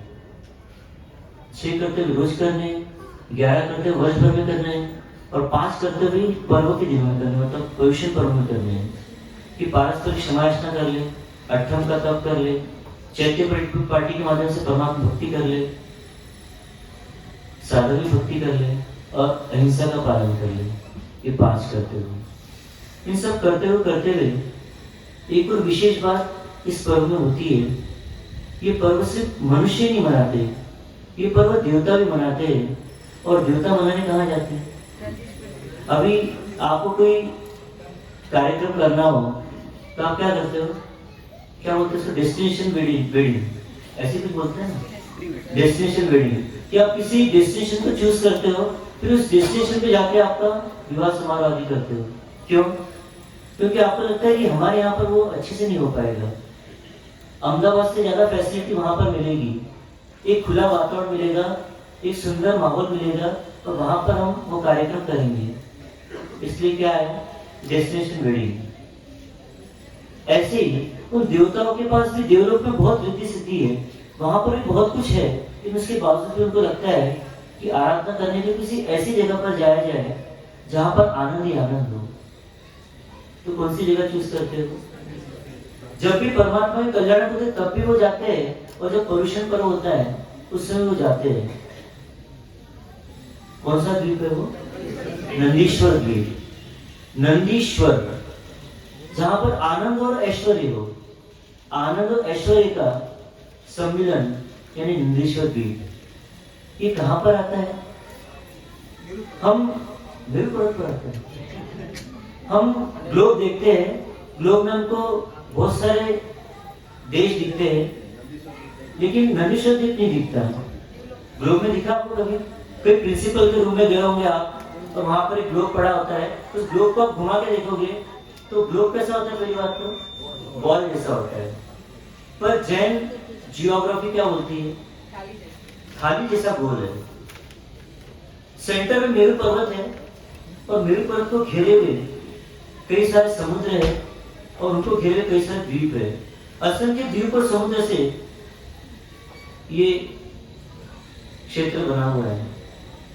इस क्षेत्र में एक द्वीप, फिर एक समुद्र, फिर एक द्वीप, एक समुद्र, एक द्वीप, एक समुद्र, ऐसे 1 2 3 करते हुए 8वां जो द्वीप आता है उसका नाम है नंदीश्वर द्वीप। उदाहरण से समझने के लिए, एक आपने पिन लगाई, पिन रखी, और पिन के ऊपर एक चूड़ी रख दी, छोटी चूड़ी, फिर उस थोड़ी गैप में थोड़ी बड़ी चूड़ी, फिर थोड़ी बड़ी चूड़ी, थोड़ी बड़ी चूड़ी, ऐसे करते करते जाएंगे तो कितने सारे हो जाएंगे?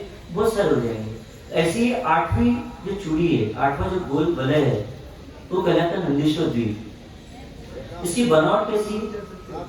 द्वीप समुद्र मतलब हम भरत क्षेत्र में, फिर लवण समुद्र आदि आदि करते करते 8वां द्वीप जो है वो नंदीश्वर द्वीप। मतलब ये सेंटर में मेरू पर्वत है, इसको घेरे हुए ये 2.5 द्वीप, उसको घेरे हुए समुद्र, फिर दूसरा समुद्र, फिर दूसरा द्वीप, ऐसे करते करते जो 8वां आता है वो नंदीश्वर द्वीप है। हाँ, पृथ्वी पर ही ना, मतलब 3 लोक है, ऊर्ध्व लोक है, मध्य लोक और अधोलोक है।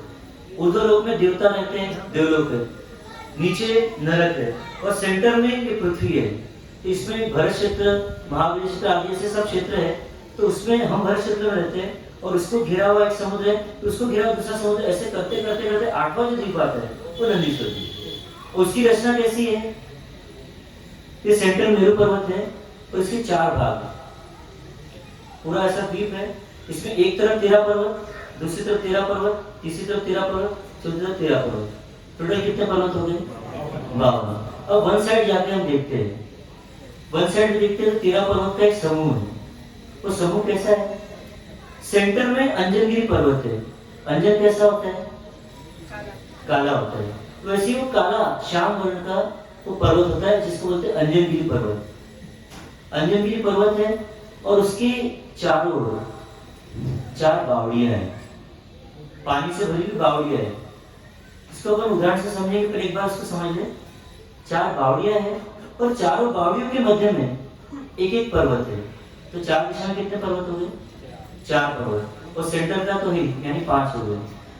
अब इधर की और इधर की बावड़ी के बीच में 2 पर्वत है, 2 4 6 और 8, टोटल कितने हो गए? 8 पर्वत, जिनको बोलते हैं रतिकर पर्वत।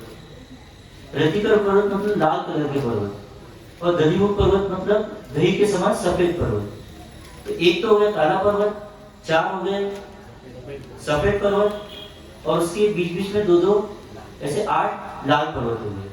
टोटल कितने हो गए? 13 पर्वत हो गए।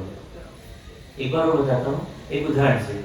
जैसे समझिए इतना बड़ा हॉल है, इस हॉल के बीचों बीच एक सेंटर एक पर्वत खड़ा है, ठीक है। उस पर्वत के 4 साइड में 4 फवारे लगा दिया आपने। फवारे किसमें है? तो छोटे छोटे पॉन्ड है, और पॉन्ड में एक फवारा है। पॉन्ड मतलब छोटे छोटे तालाब है, तलैया है, और उसके बीच बीच में एक एक फाउंटेन है, फवारा है। और उन 4 के बीच बीच में 2 2 2 और 2 ऐसे 8 छोटे और फवारे हैं। हाइट कम कम होते हैं। बीच वाला फवारा जो बहुत बड़ा है, इधर के थोड़े उससे छोटे हैं, और तीसरे और थोड़े छोटे हैं। ऐसे ये पर्वत कैसे है कि बीच का अंजनगिरी पर्वत जो है 84,000 योजन, 84,000 योजन ऊंचा है ये पर्वत, सेंटर वाला। और जो 4 पर्वत है वो 64,000 योजन के दधिमुख पर्वत मतलब सफेद पर्वत। और बीच बीच के जो 2 पर्वत है, 8 पर्वत है, रतिकर पर्वत लाल कलर के पर्वत, वो 10,000 योजन ऊंचे है। और बहुत सारे कैलकुलेशन है, तो आप बोले मासा हमारे तो सिर पर से जा रहा है। इसे सिंप्लीफाई कर लिया उससे कि टोटल 13 पर्वत हो गए एक साइड में, 13 × 4 52 पर्वत हो गए। अब 52 पर्वत पर हर पर्वत पे एक जिनार है। हर पर्वत पर एक जिनालय। कितने जिनालय हो गए? नंदीश्वर बावन जिनालय, शाश्वत चौमुख शोभे रे। ऋषभानन चंद्रानन वारिश, वर्धमान मन मोहे रे। ये 52 पर्वत और हर पर्वत पर एक एक जिनालय, और हर जिनालय में 124 जीव प्रतिमाएं। सीरीज आपको ये नहीं यहाँ पर, ये तो बाजू में है भूतपूर्व। वर्तमान में सी है क्या? और ये तो बिल्कुल सिंपल है, आप कैलकुलेट कर लोगे। 52 जिनालय, प्रत्येक जिनालय में 124 परमात्मा। आप ऐसे करो कि आपकी 52 प्रॉपर्टी वहां पे तो कुछ नहीं आता है। 52 जिनालय, हर जिनालय में 124 परमात्मा के जिन दिन। तो ऐसे कितने हो गए? 6448। सीए की जरूरत नहीं है सर, बिना सीए के भी तो सब हाथ पे कैलकुलेशन करने वाले। अब तो एलसी आ गया है, तो सब हाथ पे कैलकुलेशन करने वाले पुराने ढाया सवाया का पहाड़ याद करने वाले लोग हैं। 124 इंटू 52, 6448 जीत प्रतिमाएं हैं। और वहां पर शाश्वत जीव है, विश्वानंद, चंद्रानंद, वर्धमान और वारिश। ये नाम शाश्वत है। शाश्वत जिन की यहाँ पर प्रतिमाएं हैं। और ऐसे इन प्रतिमाओं के दर्शन किसको सुलभ होते हैं?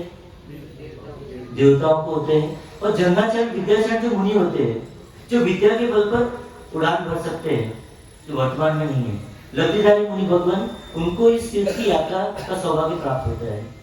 तो ऐसा ही पावन तीर्थ नंदीश्वर, नंदीश्वर द्वीप, जहां पर रत्नों की प्रतिमाएं, 500 धनुष की ऐसी जिन बिंब वहां पर, तो कैसा नजारा रहता होगा। और आसपास में पूरी हरियाली, सुंदर सुंदर बावड़ियां, और वहां पर क्रीड़ा करने आए देव, और वहां पर भक्ति करने भी देव आते हैं इन पर्वों के अंतर्गत। वो देव आकर वहां पर अश्वकारी पूजा करते हैं, भक्ति करते हैं, क्योंकि उनके पास चांस किसका नहीं है? पोषण करने का चांस देवता के पास नहीं है। वो ओनली ओनली ओनली आपके पास चांस है। और हमारे 10 वीर, भगवान के 10 श्रावक थे ना, तो आज 10 श्रावकों ने पोषित किया है। क्योंकि आज का दिन जो होता है, ये 8 दिन जो होते हैं, विशेष तो पोषण करना है, नहीं कर पाए तो फिर पूजा करना है। हमारी प्रवर्तन की जो बात कही, तो ये इस नंदीश्वर द्वीप में देवता आते हैं, भक्ति करते हैं। हमको भी कभी मौका मिलेगा, हम भी कभी देव बनेंगे, तो कभी हम भी नंदीश्वर द्वीप में जाकर परमात्मा की भक्ति करेंगे। ऐसा एक सपना संजोना कभी सच हो जाए। अब हम चलते हैं, हमारी प्रवर्तन जो विषय आता है, उस विषय में अष्टांगी का प्रवचन के अंतर्गत ज्ञानी ने कथा दी।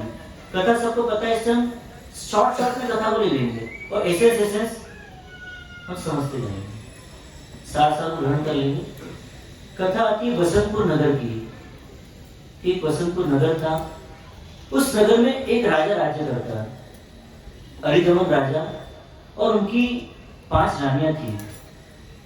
पर क्या होता है, कभी कभी कुछ ऐसा बना बन जाता है कि कोई अप्रिय बन जाता है। तो उनकी 4 रानियां तो मान्यता प्राप्त थी और एक रानी अमान्य हो गई थी। किसी कारण से वो अप्रिय लगने लगी थी और उसके ऊपर ध्यान देना राजा ने छोड़ दिया था। और 4 रानियां मान्यता प्राप्त थी। और एक समय गवाक्ष में बैठे थे सभी, जैसे आप बालकनी बैठते हो और नगर की शोभा देखते हो, ऐसी उनकी बालकनी गवाक्ष कहलाती थी। उस गवाक्ष में बैठे थे और एक दृश्य दिखा, एक गधे के ऊपर किसी व्यक्ति को बिठाया गया है और मृत्यु सूचक ढोल उसके सामने बजाया जा रहा है। सबको आश्चर्य हुआ कि ऐसा क्यों किया जा रहा है। तो राजा ने अपने सेवकों से पूछवाया, पता चला कि राजा साहब आपने तो दंड दिया था, इसने चोरी कर्म किया, मतलब चोरी की है, और इसके एवज में आपने मृत्युदंड की सजा इसे सुनाई है और मृत्युदंड देने के लिए इसे वध स्थल पर ले जाया जा रहा है। तो रानियां भी आपकी जैसी करुणा हृदय थी, तो राजा साहब से प्रार्थना की पहली रानी ने कि राजन, एक दिन के लिए इस चोर की मैं सेवा करना चाहती हूँ, इसकी भक्ति करना चाहती हूँ, फिर आपको जो करना है कर ले। और उसने क्या किया, उस चोर को अपने घर पर अपने महल में लाया, उसे स्नान आदि करवाया और उसके बाद प्रीतिपूर्वक उसे भोजन करवाया और जाते जाते 1000 स्वर्ण मुद्राओं का गिफ्ट उसे दिया। ये बात क्या बताती है? साधु में लोग भक्ति करते हैं पर साथ में साधु को तिलक लगा कुछ द्रव्य देना होता है, तो उसने 1000 स्वर्ण मुद्रा दे दी। अब क्या होगा? दूसरी रानी को क्या होगी? ईर्ष्या होगी, जेलसी होगी। उसने 1000 दिया, ठीक है, मैं कोई कम थोड़ा ना हूं, बहुत ज्यादा दूंगी। तो क्या किया उसने? कितना दिया फिर? 2000। बस कंजूसी आपकी लगनी। 5000, 10,000 स्वर्ण मुद्रा से उसने भगवान के बाकी सब ऐसे दिए, पहले रानी जैसा खिलाया पिलाया सब कुछ कराया। और तीसरा दिन आया, अब तीसरी को भी क्या हो गया? मैं भी करूंगी। तीसरे भी किया, वैसे ही सब कुछ किया, लेकिन मुद्राएं बढ़ा दी। कितनी कर दी? 1 लाख। कमजोर हो आप लोग। 1 लाख से भक्ति की। 3 दिन निकल गए, अब चौथा दिन आया, उसने सोचा बस लाख तक कर रहे हैं, अब मैं कुछ एक्स्ट्रा करना है, कुछ अधिक करना है। क्या किया उसने? बाकी सब ऐसे ही जय जय जय। चौथी रानी ने फिर बहुत सत्कार किया और 1 करोड़ स्वर्ण मुद्रा उसको दिया। कितनी जमा होगी उसके पास? 1000, 10,000, 1 लाख और 1 करोड़। कितनी होगी फटाफट बताइए। ऊपर जी। 1 करोड़ 11 लाख 1,000। हाँ, कितना हो गया उसके पास? अब तो खुश हो जाएगा ना वो, खुश है, इतना पैसा मिल गया उसको। अब 5वां दिन आया, अवमानिता जो रानी थी उसको लगा मैं भी कुछ करूं, लेकिन राजा साहब प्रसन्न नहीं है, घर में कुछ नहीं है, सामान्य व्यवस्था है। राजा से निवेदन किया कि एक दिन मैं भी भक्ति करना चाहती हूँ, मेरे पास है तो कुछ नहीं पर भक्ति करना चाहती हूँ, एक अवसर मुझे मिले। राजा ने 4 दिन कर दिया तो ठीक है, आप भी कर लो, और मौका दे दिया उसे। अब वो घर पर लेकर आती है, स्नान आदि हुआ, भोजन करने बिठाया, सामान्य भोजन। आज कोई पिज्जा बर्गर कुछ भी नहीं है, बिल्कुल सामान्य भोजन है, उसमें तो था ही नहीं। आपको समझना है इसलिए आपकी भाषा बता दी। सामान्य भोजन था, लेकिन प्रेम पूर्वक भोजन कराया। और आखिरी में वो देख रहा है 1 करोड़ से ऊपर जाने आएगी आशा है, और कुछ भी नहीं आ रहे। वो रानी क्या बोलती है? भाई। जैसे भाई शब्द सुनता है उसके मन में एकदम आनंद आता है, मुझे भाई कह रही है, कितनी अच्छी बहन है ये। आगे बोलती भाई मेरे पास तुम्हें देने के कुछ भी नहीं है, लेकिन मैं एक उपहार तुमको दे सकती हूँ, उसके लिए तुम्हें कुछ करना होगा। भाई क्या तुम चोरी छोड़ सकते हो? जिस वजह से तुम्हें दंडित किया गया है उस चोरी को तुम छोड़ सकते हो क्या आजीवन के लिए? अगर तुम चोरी छोड़ दो तो मैं तुम्हें अभयदान दिला सकती हूँ। राजा से कहकर कोशिश कर सकती हूँ, क्या तुम चोरी छोड़ सकते हो भाई? बोलता है हाँ मैं चोरी छोड़ दूंगा, अब मैं कभी चोरी नहीं करूंगा, ये मैं प्रण देता हूँ। और राजा के पास बताती है, राजा के पास जाकर बताती है कि ऐसी ऐसी बात है और इसे आप कृपया जीवन दान दे दे, ये अब से कभी चोरी नहीं करेगा। डरते डरते बोली, क्योंकि अवमानिता है ना। ओ जी थोड़ा मान लो जी, ऐसे आज जी कर रही है। राजा को भी लगा बेचारी कभी कुछ मांगती नहीं है, आज ये मांग रही है तो दे दो। उदार उनके राजा ने ठीक है उसे अभयदान दे दो। अब इधर क्या कंपटीशन चालू हो गया, चढ़िया की कौन सबसे ज्यादा दान किसने दिया? अरे रानियों की बात बताओ ना, तो सब आप समझदार हो, अहमदाबाद के उससे अभयदान बोल रहे हो, लेकिन रानियों में क्या कंपटीशन लग गया। अरे तूने कितने दिया था? अरे तूने 1000 दिया, मैंने तो 10,000 दिया, किसी को मैंने तो लाख दिया, चौधरी ने करोड़ दिया। सब झगड़ा। राजा बोले श्रेष्ठ कौन है? राजा बोलते राजा भी अब क्या करे, इसको बोले ये ना रहा, इसको तो ना रहा, तो क्या करे? राजा साहब की दुविधा है, आपकी तो एक रानी कोई टेंशन नहीं है, 5 रानी की टेंशन था, किसको बोले किसको ना बोले। और राजा ने चोर को ही बोल दिया, भाई सबने तेरी भक्ति की है, तू ही बता दे सबसे ज्यादा भक्ति किसने की? सब देख रहे उसके तरफ, सबको लग रहा है कि मुझे बोलेगा ये, लेकिन वो चोर क्या बोलता है? वो 5वीं रानी। सबको आश्चर्य, अरे इसने दिया क्या? बाजी का सोगरा खिलाया, चिमड़ी की भाजी खिलाई, और क्या खिलाया? सादा भोजन तो करा है, और इसको सबसे अच्छा बोल रहे। बात क्या है? राजा भी आश्चर्य में, चारों रानी भी आश्चर्य में। वो कहता है कि चारों दिन खूब दिया, लेकिन रोज क्या लटक रही थी? सिर पर मृत्यु की तलवार लटक रही थी कि आज तो अच्छा हुआ, कल तो जाना है, ये पैसे का करूंगा क्या, कल तो जाना है। जब जाना ही है तो ये आने का क्या करूंगा, जो आ रहा है उसका करूंगा क्या। तो ये आज मुझे सबसे ज्यादा प्रसन्नता इस रानी ने दी कि इसने मुझे अभयदान दे दिया, जीवन दान दे दिया। इसलिए ज्ञानी का अभयदान सर्वश्रेष्ठ दान है और इस रानी ने सर्वश्रेष्ठ दान मुझे दिया। अब जब सामने वाले बोल रहे हैं मुझे इससे सबसे ज्यादा बाद में क्या होगा, और रानी भी अवमानिता से मानित होगी और राजा ने उसे विशेष पद दे दिया। देखिए अभयदान दिया, उसे विशेष पद मिल गया। ऐसे हम अभयदान देते हैं तो हमें कौन सा पद मिलेगा, अभयदान नहीं है तो मोक्ष का पद मिलेगा, सिद्ध पद मिलेगा, अरियत पद मिलेगा। सभी जीव शासन, सभी जीव करो शासन रसी, ऐसी भावना भाई तो अरियत बने, सभी जीवों को सुखी कर दूं। पता है सबको सुखी नहीं कर रहा, पर भावना क्या हो रही है अंदर से, सबको सुखी कर दूं, जितना मेरे पास सब लुटा दूं। अरियत ने क्या किया, लुटा दिया, अपनी वाणी को लुटा दिया। 12.5 वर्ष तक महावीर ने साधना की, लेकिन जब साधना का मक्खन मिला, केवल ज्ञान मिला, कैसे बांट दिया सबने। सब समझ लो, सब जान लो, मैं जीव हूं, मैं आत्मा हूं, अपने आप को पहचान लो। भाई क्यों रुल रहे हो संसार में, अपने आप को पहचान लो, अपनी पहचान कर लो, सारे दुख दूर हो जाएंगे। ऐसा करके परमात्मा ने सच्चा मार्ग सबको दिखा दिया। ऐसा ही अभयदान हम क्या कर सकते हैं इसमें, हमारे पास तो कोई चोर आएगा नहीं, हमारी 5 रानियां नहीं है, तो हम अभयदान कैसे करें। सबसे पहले तो अभयदान ही इस आत्मा को दे। हे आत्मा, मैंने तुझे बहुत दुखी किया, भव में तेरे साथ जुल्म किए, अब इस भव में तेरे लिए मैं कुछ काम करूंगा और उसके लिए क्या करूंगा, एक कर्तव्य है, कौन सा, पोषण। मैं पोषण करूंगा और तेरी सुरक्षा करूंगा। जब जब मैं पोषण करूंगा तेरी सुरक्षा होगी। पोषण आत्मा की औषध है। और ऐसी एक कथा इस दशानिका में आती है। आगे तुम्हारी कथा थोड़ी लंबी है तो उसे हम दोपहर के सत्र में लेंगे। अभी हम उस राजा की कथा को देखते हैं कि जिससे पोषण के लिए अपने प्राणपण को भी न्यौछावर करने तैयार हो गए।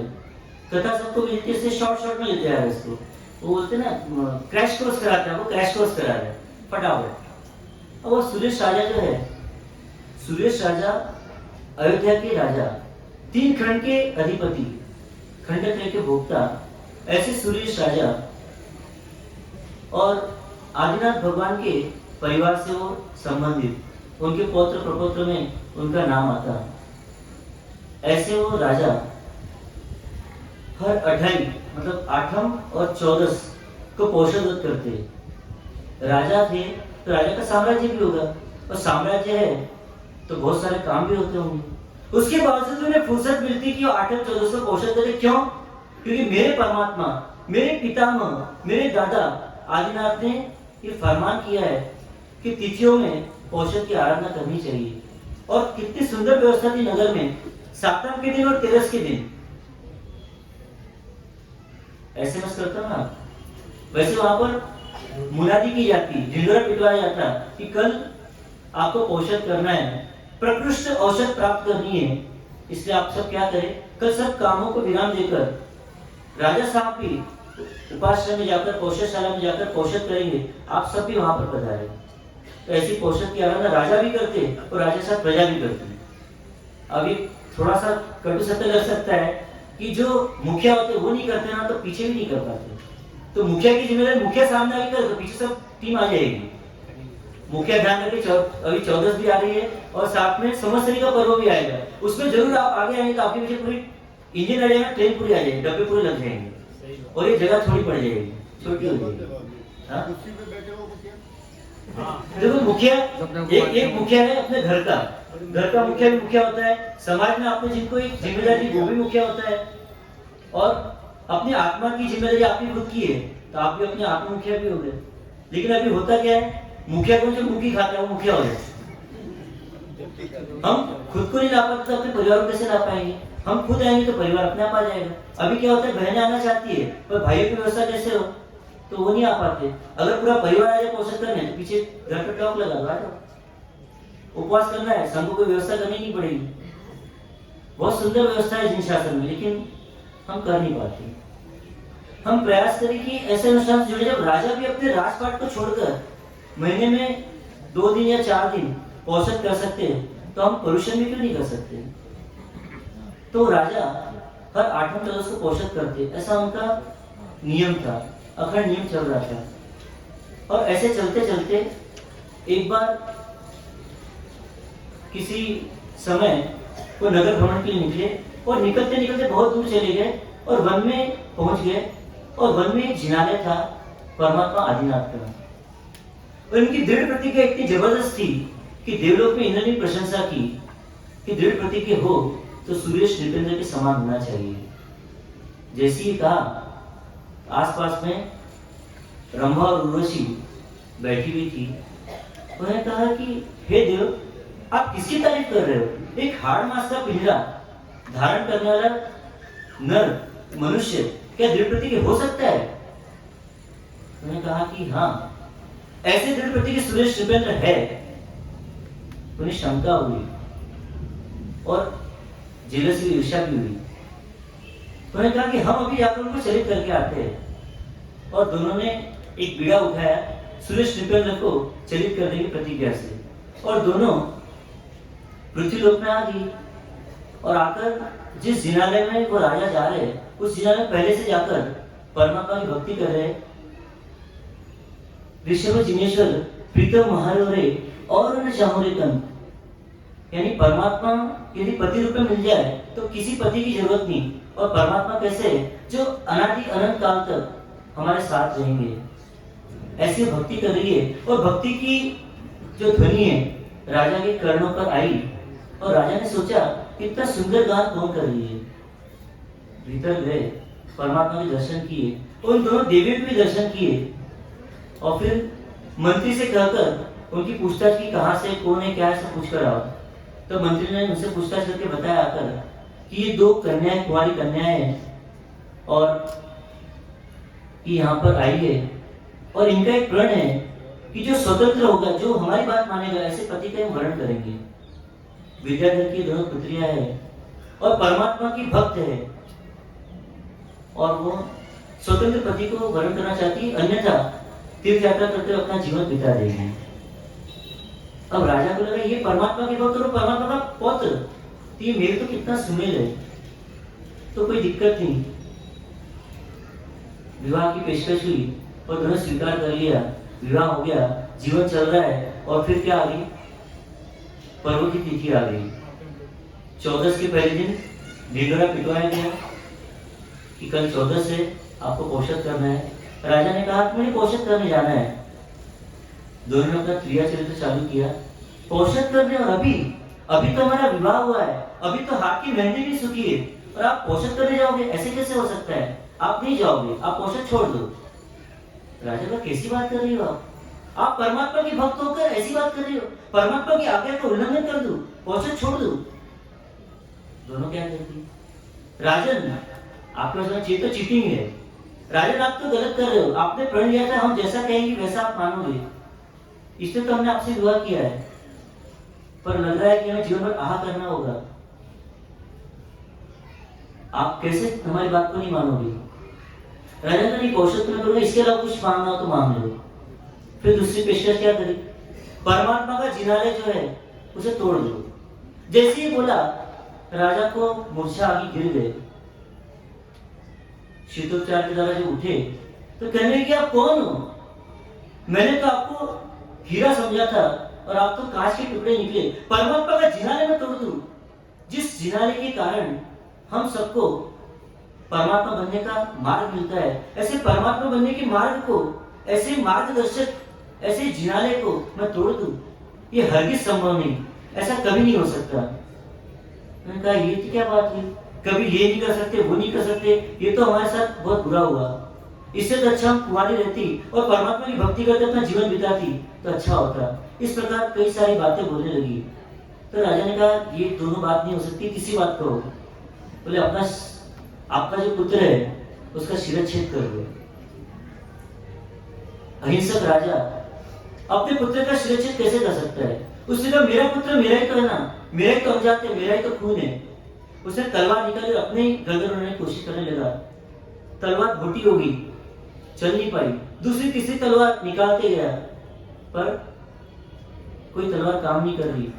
तब देवियों ने देखा इनका सत्व कितना जबरदस्त, सत्वशाली राजा है और साथ ही दृढ़ प्रतिज्ञ है, अपने नियम से चलायमान नहीं होंगे। अपने असली वेश में आए, उन्हें बधाया और उनकी प्रशंसा की। इस प्रकार प्रतिज्ञा में दृढ़ रहे, ऐसे सुरेश राजा अष्टांगी का प्रवचन के माध्यम से ये 2 कथाएं, और तीसरी आती परमात्मा भक्ति पर कि किस प्रकार परमात्मा की भीम को देखकर स्वयं का अस्तित्व पहचान गए और स्वयं को परमात्मा के मार्ग पर लगाने वाले आदर्श मार्ग का दृष्टांत दोपहर के सत्र में 3 से 4 में होगा। आज परमादिराज पर्व का प्रथम दिवस है और जो टाइम टेबल सेट किया उसके अनुसार आज बोलियां होगी और समय भी हो गया है, तो बोलियों के लिए आप बोलियां और सूचनाएं दे दे।